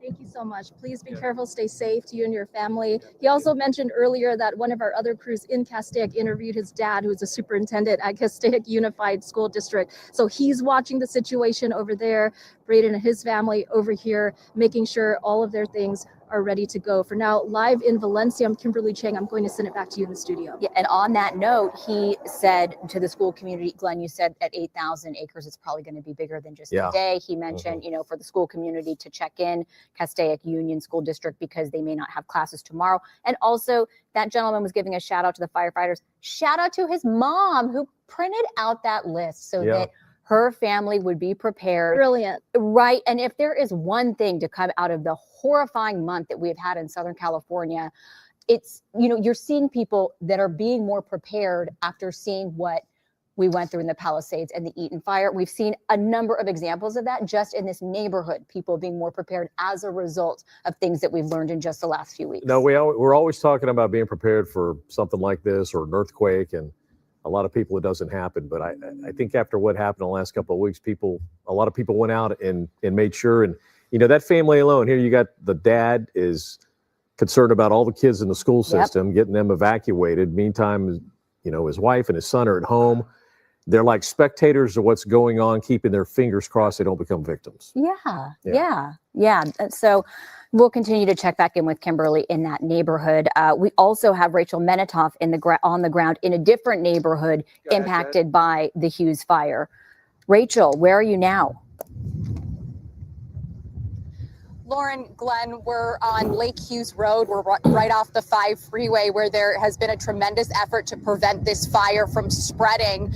We've got a really good view from our vantage point of Castaic Lagoon, where many of these helicopters are doing drops and gathering water from this water resource. You can see it right now. They're doing a drop in Castaic Lagoon, and then they will go back out and continue fighting this fire. We also have Castaic Lake not far from us. So we've had a couple of water resources that have been crucial in trying to contain this fire. Now, if we can kind of pan around this way, the fire appears to be moving in a southeasterly direction from this wilderness area all the way toward the 5 freeway. We see a couple of ground crews, a couple of hand crews who are in that thick brush. Part of the problem with this fire is that we haven't had rain in a couple hundred days. It is very dry around here. We have this thick vegetation that you see, and that's why we're seeing these spotty fires. They're you know, kind of coming up at these spots of fires, and that's because of the thick brush that we've got over here. The fire battalion chief that we just talked to says that the winds are between 20 and 30 miles per hour right now, and this is a good sign. It means that the air crews can continue the work that they're doing. It's something that they were not able to do 2 weeks ago during the Palisades fire, and it was to their detriment that air crews were not able to do drops because the winds were above 50 miles per hour. But so we're in kind of the sweet spot in terms of the winds over here. We've got a lot of water resources that they're using, which has been very helpful. And you know, I have to say, you know, you were commending the firefighters. They deserve so much credit because many of them are coming from the Palisades fire. They're coming from the Eaton fire over here. And it has been a very long, strenuous, and just an incredibly difficult month for them. So it's been one fire to the next for them, and they absolutely deserve all the credit. Lauren, Glenn. All right, Rachel, thank you so much for that. A big part of this story is weather and what happens with it over the next day or so, because Kai, the conditions aren't just going to end tonight in terms of the wind and the low humidity. Yeah, it's an evolution. It takes about 24 to 48 hours for things to change for the better, or sometimes for things to change to the worse. We're going to change to the better, but it's going to take well until Friday afternoon until we get these Santa Ana winds to relax, more moisture coming into the atmosphere, cooler temperatures. And then by the time we head towards Saturday and Sunday, we've got rain chances coming to Southern California. But for the time being, well, it is bone dry. And as many of our reporters have been reminding us, that it's been over 300 days since we've seen rain. And look at the humidity value, top right-hand side of your screen, 6%. The wind gusts on the fire lines right now, anywhere between 31 to 34 miles per hour. Winds continue to stay in that exact range. And actually, by about 9 o'clock tonight, a little bit more widespread. You could see the winds moving along the 126 towards the Santa Paula area, the 118 out towards the Simi Valley. Then by tomorrow morning, a little bit more isolated once again to strictly these areas right in the middle of your screen, much of the interior inland sections of LA, Ventura County, right on that LA Ventura County line. Then by the time we make our way into Thursday night, and then finally, once again, by Friday morning and Friday afternoon, well, here you go. We start to see these winds beginning to relax. And eventually, as we make our way into Friday afternoon, well, there you see it. We've got more of that northwesterly flow, west to easterly flow. So that's the onshore flow that will finally come back to Southern California. And again, it's going to take a couple days to get there, but we will have improved fire weather conditions once we head into late Friday and definitely into the weekend forecast, with rain and much cooler temperatures and a lot more moisture coming into Southern California. Red flag until Friday morning at 10 a.m. So for the rest of the night tonight and for the entire day tomorrow, we will continue to see extreme fire weather danger continuing to encircle much of Southern California, and the high wind warning, where we're seeing winds gusting up to 50, 55 miles per hour in place until 2 o'clock tomorrow afternoon. And again, you can see not just the LA Ventura County regions, but for Orange County, as well as Riverside and San Bernardino County. So although you're watching us and you're in the clear for the time being, it is once again still a very good reminder to always be alert, stay ready, get all your things put together. Those 6 Ps that mom mentioned, that was a really great list. I'd like to put that together to have that for everybody. We should put that on the website or something. Absolutely. Yeah, just a fantastic idea to have. Really, really good idea there.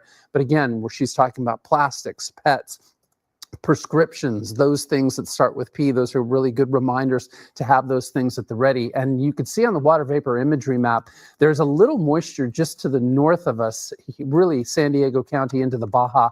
But as we make our way through the night tonight, will eliminate even more of that moisture. So unfortunately, through the night and into tomorrow, as you take a look at the storm tracker, it gets a little drier. Once we head into Friday, well, here comes the return of a little bit of marine layer, some instability by Friday night, and there you go. By Saturday morning, Saturday afternoon, we start to see a little bit of some light showers coming into Southern California. By Saturday night into Sunday morning, the cold air meets up with the moisture, and not only will we see rain, but look at the snow opportunities up in our local mountains. We could see the snow levels dipping down to about 3,900 to 4,000 feet. So, boy, that's really good news for our local ski resorts. But again, it's just great news for all of Southern California, as the moisture will make its way back into the environment. Of course, we'll lose the Santa Ana winds completely as we head from Friday into the weekend and the beginning of next week. And there you go. Once we make our way into Monday, the beginning of next week, this will be the end of the month, January 27th. Well, we'll start to see some much improved conditions for Southern California. We will see the end of the rain event. However, we'll see the moisture lingering, damp conditions throughout many of the fire lines. And it's those damp conditions that we need to return to Southern California to give us more safety. All right. Look forward to that. Safety. All right. Let's check in with Alina Boving again. She's on the ground up there in Castaic. Alina? Glenn, Lauren, yeah, we're still here on Charlie Canyon, and just take a look behind me. You can see the progression of the fire now. And as soon as this, yeah, they're moving that dozer in right now to set up some lines. There goes another one. Pretty critical situation here, just based on where we are. Just west of us is Santa Clarita and Valencia. So a lot of communities just over this ridge and over this hill here.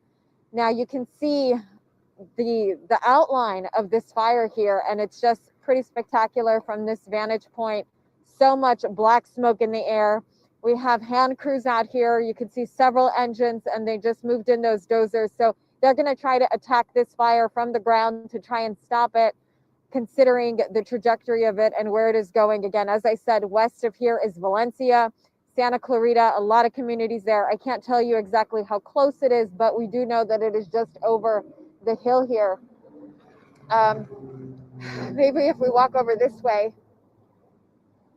can see a slightly different look, but no, it's they're moving in closer to attack the front of the fire to set up a line, a perimeter, considering how quickly this fire made its way down the ridge and is now approaching where we are. This is Charlie Canyon Road, and it is southwest of where we were earlier, that community that was once considered on the path of this fire. That's no longer the case. It's not moving in that direction anymore, but rather moving west, and again, moving closer toward the Valencia community, Santa Clarita community. As far as the wind goes, guys, it's not strong right now, so that's the only good news at this point. They're able to make water drops. We've seen several happen in the last 30 minutes or so. That's really been a wonderful tool for them to have all these water resources here to be able to efficiently make those water drops from the air, but also a very large portion of the firefight happening on the ground now. Hand crews also getting ready to attack this fire. Lauren, Glenn? Yeah, Alina, you are just really giving us a view of where that fire is progressing, as well as the resources that are there on the ground. Really appreciate that so much, Alina. We'll check back in with you in a bit. Let's go to our newsroom. Samantha Cortese has been monitoring all of the latest coming in to our newsroom in terms of evacuations, road closures, acreage of the fire. All of those have been expanding. Samantha. Yes, Ventura County Sheriff Emergency Services just posted new evacuation warnings for Ventura County.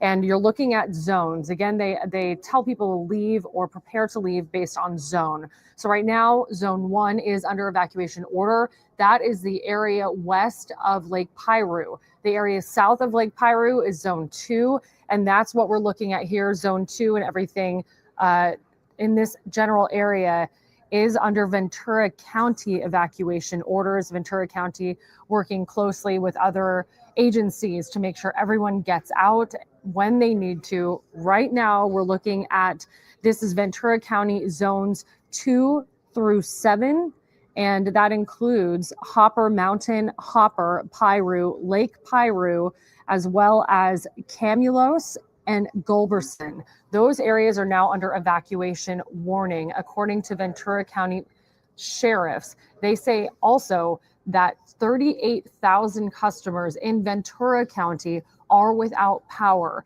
That has been a rolling incident here in Southern California, at least since January 7th, when we saw emergency power shutoffs. And I know the Eaton fire is being investigated. Possible that it started due to some sort of equipment sparking that fire. So Southern California Edison taking precaution and shutting off power to 37,000 customers in Ventura County. Those are the power safety shutoffs. We understand that 2 circuits are being inspected, and that has also caused shutoffs for some people, not related to any sort of power safety shutoff, or it is part of the power safety shutoff, because what needs to happen is that crews have to go out and physically turn off some of this equipment. It cannot be remotely turned off in some cases. So I'm just reading through this incident report from Ventura County Sheriff, which said 2 circuits are being inspected and shut off at this time in this high fire zone. And now 37,000 people in Ventura County alone do not have power. So we're just monitoring the evacuation orders and warnings in Ventura County. Hughes fire now sitting at about 8,000 acres, and the 5 at the Grapevine still closed. Northbound 5, all lanes closed just north of State Route 126. So traffic is snarled around this area. We just want to remind people, if you are traveling through, if you do normally take the Grapevine as a commuter, it is closed in the area, and all northbound I-5 lanes closed north of State Route 126. So this map that you're looking at on the right-hand side is provided by fire.ca.gov. We also have an interactive map for LA County on our website, KTLA.com. I like to use this one because it does show the evacuation warnings and orders for both Ventura and LA County. Some maps don't show both. Just wanted to share that with you all. Got a couple emails about that today. But here is where you can see the Hughes fire, the perimeter in that orange. Everything around it, mandatory evacuations. Everything beyond that in the yellow, evacuation warnings, as we've seen our reporters meeting with people who are getting ready to head out. Also on Twitter, I just wanted to mention, some people were asking about animal evacuations. We did hear Agora is full. So Agora Animal Care Center for small animals is full at this time. Lancaster and Palmdale evacuation centers with small animals still open. For large animals, Lancaster Animal Care Center and Pierce College. Something I just want to note, I have not been told this, but I just want to note, after what we saw with the Eaton and Palisades fire, might be smart to call ahead to make sure these places are not full. If you have livestock, if you have horses you're transporting, because in some cases, a couple of weeks ago, we saw people go to an evacuation center and it was full. So we have only heard of Agora being full at this time, but might be smart to give them a call ahead of time. Again, acreage standing at about 8,100, specifically 8,096 acres. CAL FIRE Battalion Chief Brent Pasqua mentioned, and I said this in the last hour, that the air support is crucial here. They don't want to see this fire jump the 5 and go south, especially into Santa Clarita, where it's so heavily populated. Lauren, Glenn, Kai, back to you. All right, Samantha, great job staying on top of all of this. Now we're going to go to an official on the phone. We have... I'm sorry, I didn't catch the name in my ear. I'm sorry? Alex Perino. Oh, okay. Pareda. Oh, he was with with us earlier. CHP. Thank you so much for being on with us. We know that you're dealing with a closure on the 5, and one big concern is the fire approaching the 5. What can you tell us? Yeah, that is correct. So CHP has deemed the freeway unsafe to drive at this time, the 5 freeway. So we did have to implement a full freeway closure on the northbound and southbound side. Newhall CHP officers closed down the northbound side at Newhall Ranch Road, while Fort Tejon CHP officers closed the southbound 5 at Grapevine Road. I guess there's no possibility this is going to reopen tonight. It's going to be all night long. and into tomorrow? It's possible, but I couldn't say for certain. Honestly, this is looking like it's a pretty big event, and I wouldn't predict that it would open tonight. Okay, could you talk about alternate routes for people that do need to head north? Yeah, so really the only way people are going to be able to get around this is going to be the 14 freeway. You're going to have to take that 14 northbound and then go city streets to try and get back to the 5 freeway or use Angeles Crest. And how are you preparing at this point? This has been going on since 10:30 this morning. We have seen this explode to more than 8,000 acres. What are the concerns for you as you are looking at the roads and how this is impacting the communities and your job at the CHP? Yeah, our main concern is just the safety of the public. Our main concern is not having people drive through this smoke at this time because it's really affecting drivers' visibility, and we don't want anything worse to happen from it. Have you had any reports today of anybody being uncooperative in this situation? Not at this time, no. I believe everyone's been on their toes because of the fires that have happened these last couple of weeks. So people are understanding of what's going on. Well, that's good. Have you helped with the evacuations at all? No, not myself, but I know Newhall CHP officers as well as Antelope Valley CHP officers are out there assisting with evacuations and closures. Now, we've seen the closures expand. First, it was several off-ramps off of the 5, and now it's a section of the 5. Is this where you think things will hold, or are you looking at any kind of broader closures in the imminent future? Anything is possible. The 5 freeway, I mean, that's pretty major that we had to shut down such a large portion of the 5 freeway. It is possible. This is a fluid situation. So we will move where the fire is and go from there. There's also additional closures on city streets as well that are starting to be implemented. Like I can say on the other side of the mountain, San Francisco Canyon Road and Elizabeth Lake Road, they are shutting that down as well because it looks like that road does lead to the other side of the mountain. Okay, that would be basically kind of generally in the Castaic area. What about farther south into the Santa Clarita area? Everything okay there now for the moment? Yeah, in Santa Clarita, just that 5 freeway closure at Newhall Ranch Road. Okay, so that's the farthest point south that the exit is closed off. That is correct. All right. And aside from watching KTLA for viewers and people impacted in the area, what do you recommend they check in terms of keeping up on the latest with where you're at with the road closures and reopenings? Yeah, on our end, it's going to be the Caltrans official website. On there, they have the most up-to-date information on that 5 freeway closure, and it will be updated if things start to change. All right, Alec Pareda, Public Information Officer with California Highway Patrol. We thank you for the updated information on the closure of the 5 freeway. Yeah, and we are seeing above all of this smoke in the region for this 8,000 acre fire that is raging near Castaic, Gil Levis, overhead in Sky 5. How are things going from your vantage point at this hour? Well, Lauren and Glenn, we're looking at the southeastern flank of the fire, which was raging pretty much ever since we got here earlier around the 3 o'clock hour. Now there's been a change. Let me zoom in here and show you. This is where the tankers have been dropping fire retardant lines far up in the canyon here. And you can see those lines. Well, the fire is burned right up to that fire retardant and is pretty much gone out, and at least in this area here, and it's really calmed down quite a bit now. Where we're seeing the more active flames is where Alina is right now along Charlie Canyon.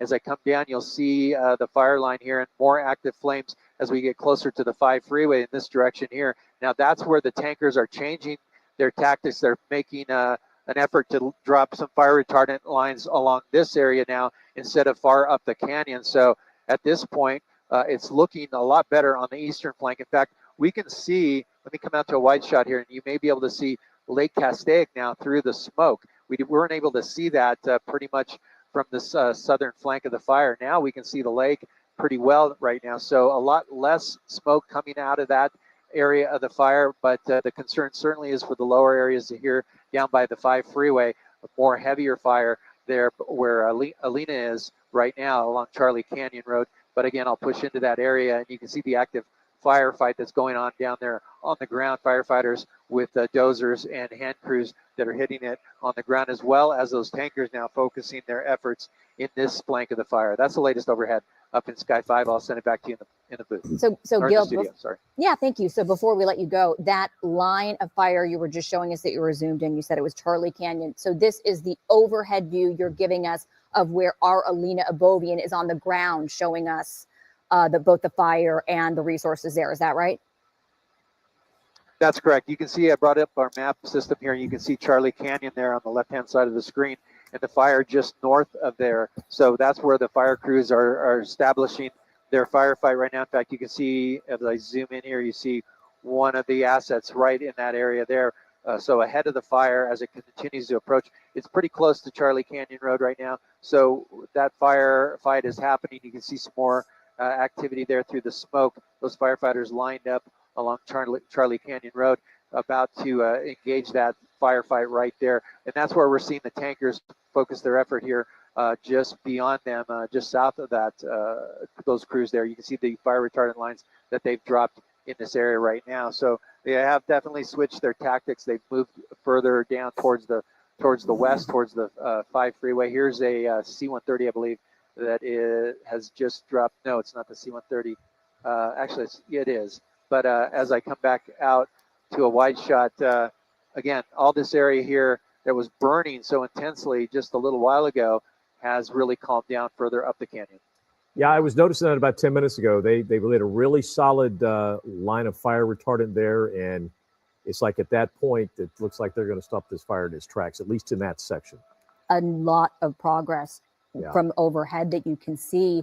And so just before we leave you, Gil, you're saying that this Charlie Canyon area that you've been showing us, that is the most active area you see at this point. Absolutely. I'm looking back at it right now. That's the 5 freeway that you see at the top of the screen cutting through there. You see the address of 31,050 Charlie Canyon Road right there, and then the flames right up against Charlie Canyon. So that's the firefight right now. That's the most active part of the fire right now on the southern flank, at least. The northern flank is looking a whole lot better, though. Yeah, a lot of progress that we have seen. You know what? Considering what we were thinking an hour ago, this is great. looking pretty good. But I'm not surprised by the firefighters. We have the best in the world. Gil Levis, thank you for that. Let's check in again with Rachel Minitoff. Rachel, where are you? Yeah, we're also in Charlie Canyon on the ground. Gil was just talking about it. This seems to be the focus of the firefight at the moment. There are about a dozen or so fire trucks coming down this dirt road. You can see right here on this hillside, this is what Gil was mentioning. There are bulldozers up here. They're trying to create a containment line, and then the fire extends all the way through these canyons. It's hard to see because the smoke is so thick over here. We're right across the street from one of the LA County Animal Services locations. They've evacuated all of the animals from inside and now are focusing on Charlie Canyon. This is obviously a deserted area. There are no structures here. No structures are threatened in this area. But the concern is that the winds will push these flames over the 5 freeway.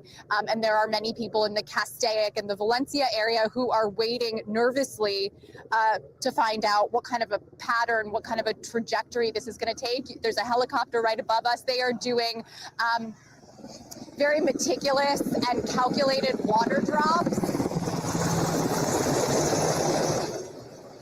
You see this helicopter over here. They're dropping water right on these flames, trying to get as exact as they can be.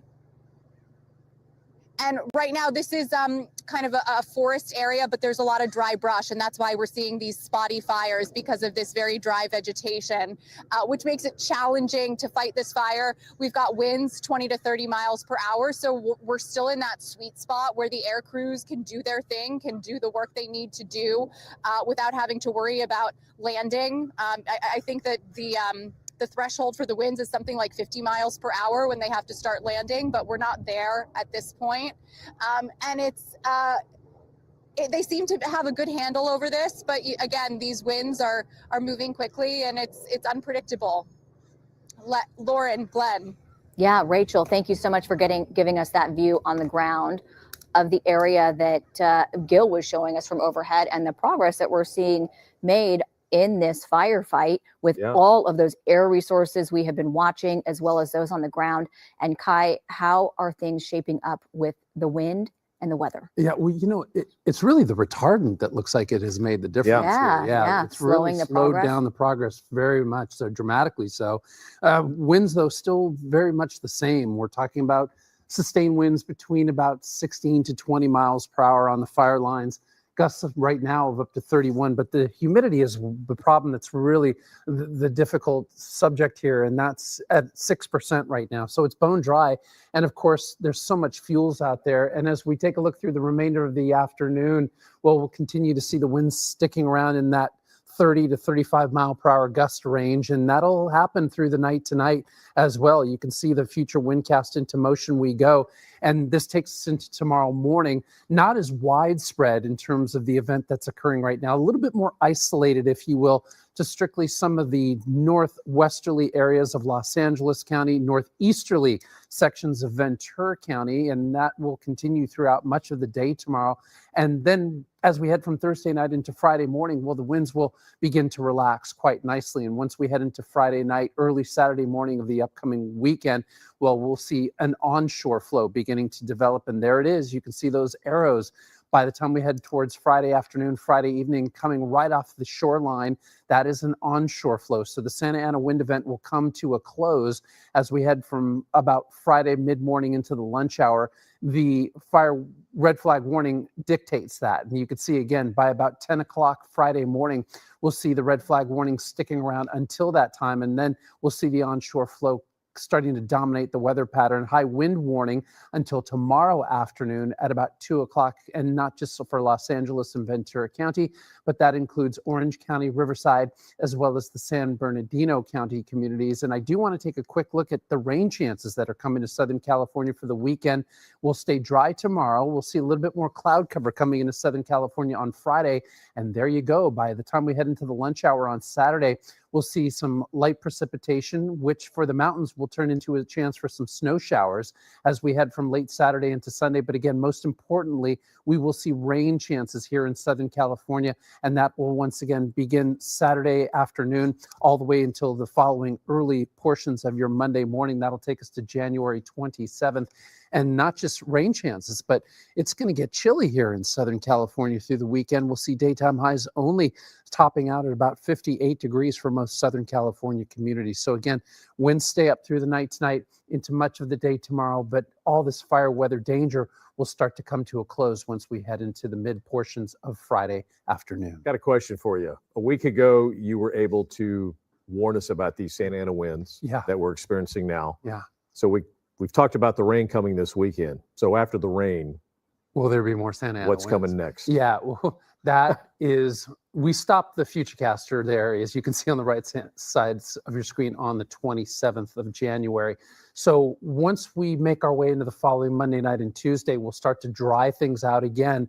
However, it doesn't look like we're going to see a big Santa Ana wind event for the time being. We're going to take a look at a bunch of different areas of low pressure that have brought us these Santa Ana. These are cold winds that develop, and that's what we've been plagued with over the last couple of weeks since January 7th. And then, by the way, I forgot to mention tomorrow, as we take a look at the daytime highs, it is going to be a warm day tomorrow as well. So we're going to go to t-shirt weather as we make our way into your Thursday afternoon. You can see temperatures into the mid upper 70s, and look at Santa Ana, Garden Grove tomorrow afternoon, Anaheim, 81 degrees for daytime highs. And again, this is the result of the Santa Ana winds that are compressing the atmosphere, giving us these warmer temperatures. And that's why tomorrow's going to be dangerous as well. Not just the warm temperatures, but even drier air condition, air quality, as well as the air coming to Southern California. And once we do, as we take a look at the 7-day for downtown Los Angeles, make our way through some 80s tomorrow, we'll dip into the 70s on Friday. But again, look at the weekend forecast. It's going to be chilly here. 58 degrees for both Saturday and Sunday for downtown Los Angeles.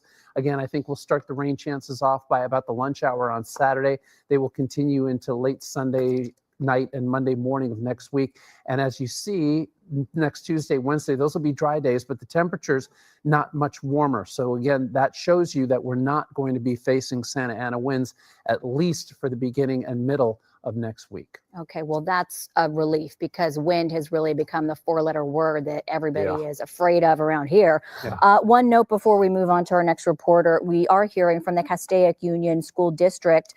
They sent our newsroom a message they sent to their families and staff saying that due to the concerns about this Hughes fire and the poor air quality and the need to assess the safety of their facilities, all Castaic Union School District schools will be closed tomorrow, January 23rd. And they also tell their school community they'll send updates tomorrow at 11 a.m. and at 3 p.m. to keep their community informed. So if that impacts you, that is the message from them. All right, there on the left side of your screen, again, this fire's looking a lot better than it did, an hour ago. But as you can see, there are certain locations where because of all this dry brush, it's just a tinderbox when the flames hit it. And that's exactly what you're looking at right here. Not sure, is this one of our reporters with this? One of our photojournalists, James Ramos, with that shot on the right showing it burning the grasses. You were talking about how quickly it burns grasses, Kai. So seeing that on the hillside, and our Alina Abovian is on the ground where she has been showing what Gil from above says is the most active flank of the fire. Yeah. We have another reporter on the scene now, and that would be Rick Chambers. Rick, what do you have for us? Yeah, Glenn, we're over here on Tapia Canyon Road. You can see the flames out in the distance. They've been moving steadily towards our position. Thomas, if you can pan over here, we'll show you the hillside. That one's on fire as well. Some of the helicopters just making drops just a moment ago. I want to bring in Christian Liz, who's with the County Fire. What's the attack right now? What are you trying to accomplish? So right now, we always try to go direct on the fire. What that means is we go right along the fire's edge to keep the footprint of this fire as small as possible. We build a plan just in case it gets big. You see the fixed wing aircraft, so the airplanes out there dropping the retardant. What they do is they build us a buffer. They go directly along the flames to slow it down, to knock out those flames, so we get hand crews on the ground in there. But also we can build a buffer on the outside of that. We also put resources all along the structures. So you have the neighborhoods, you have the jail that's over here, structures just like this one right here, the dog pound, and then all along in the Castaic area. What that allows us to do is build that plan, make sure that we have it, because number one is always life. We like to protect the most, then structured defense, and then keeping this footprint as small as we can. If you look off in the distance, you see the flame. This is coming all the way from Lake Hughes, north of the lake. And it's running down. The wind pushed it, did a big push on it, and it allowed it to go exponentially. So now the fire is just about over 8,000 acres, still 0% contained that we're calling it. Started about 11 o'clock this afternoon, but we have engine resources that you see here. We have hand crews where they're using hand tools, go directly on the line, bulldozers, aircraft from fixed wing, and helicopters to keep this footprint as small as we can. Yeah, we've got two dozers behind us. One is on the ground, one is on the ridge top. How are they working in tandem?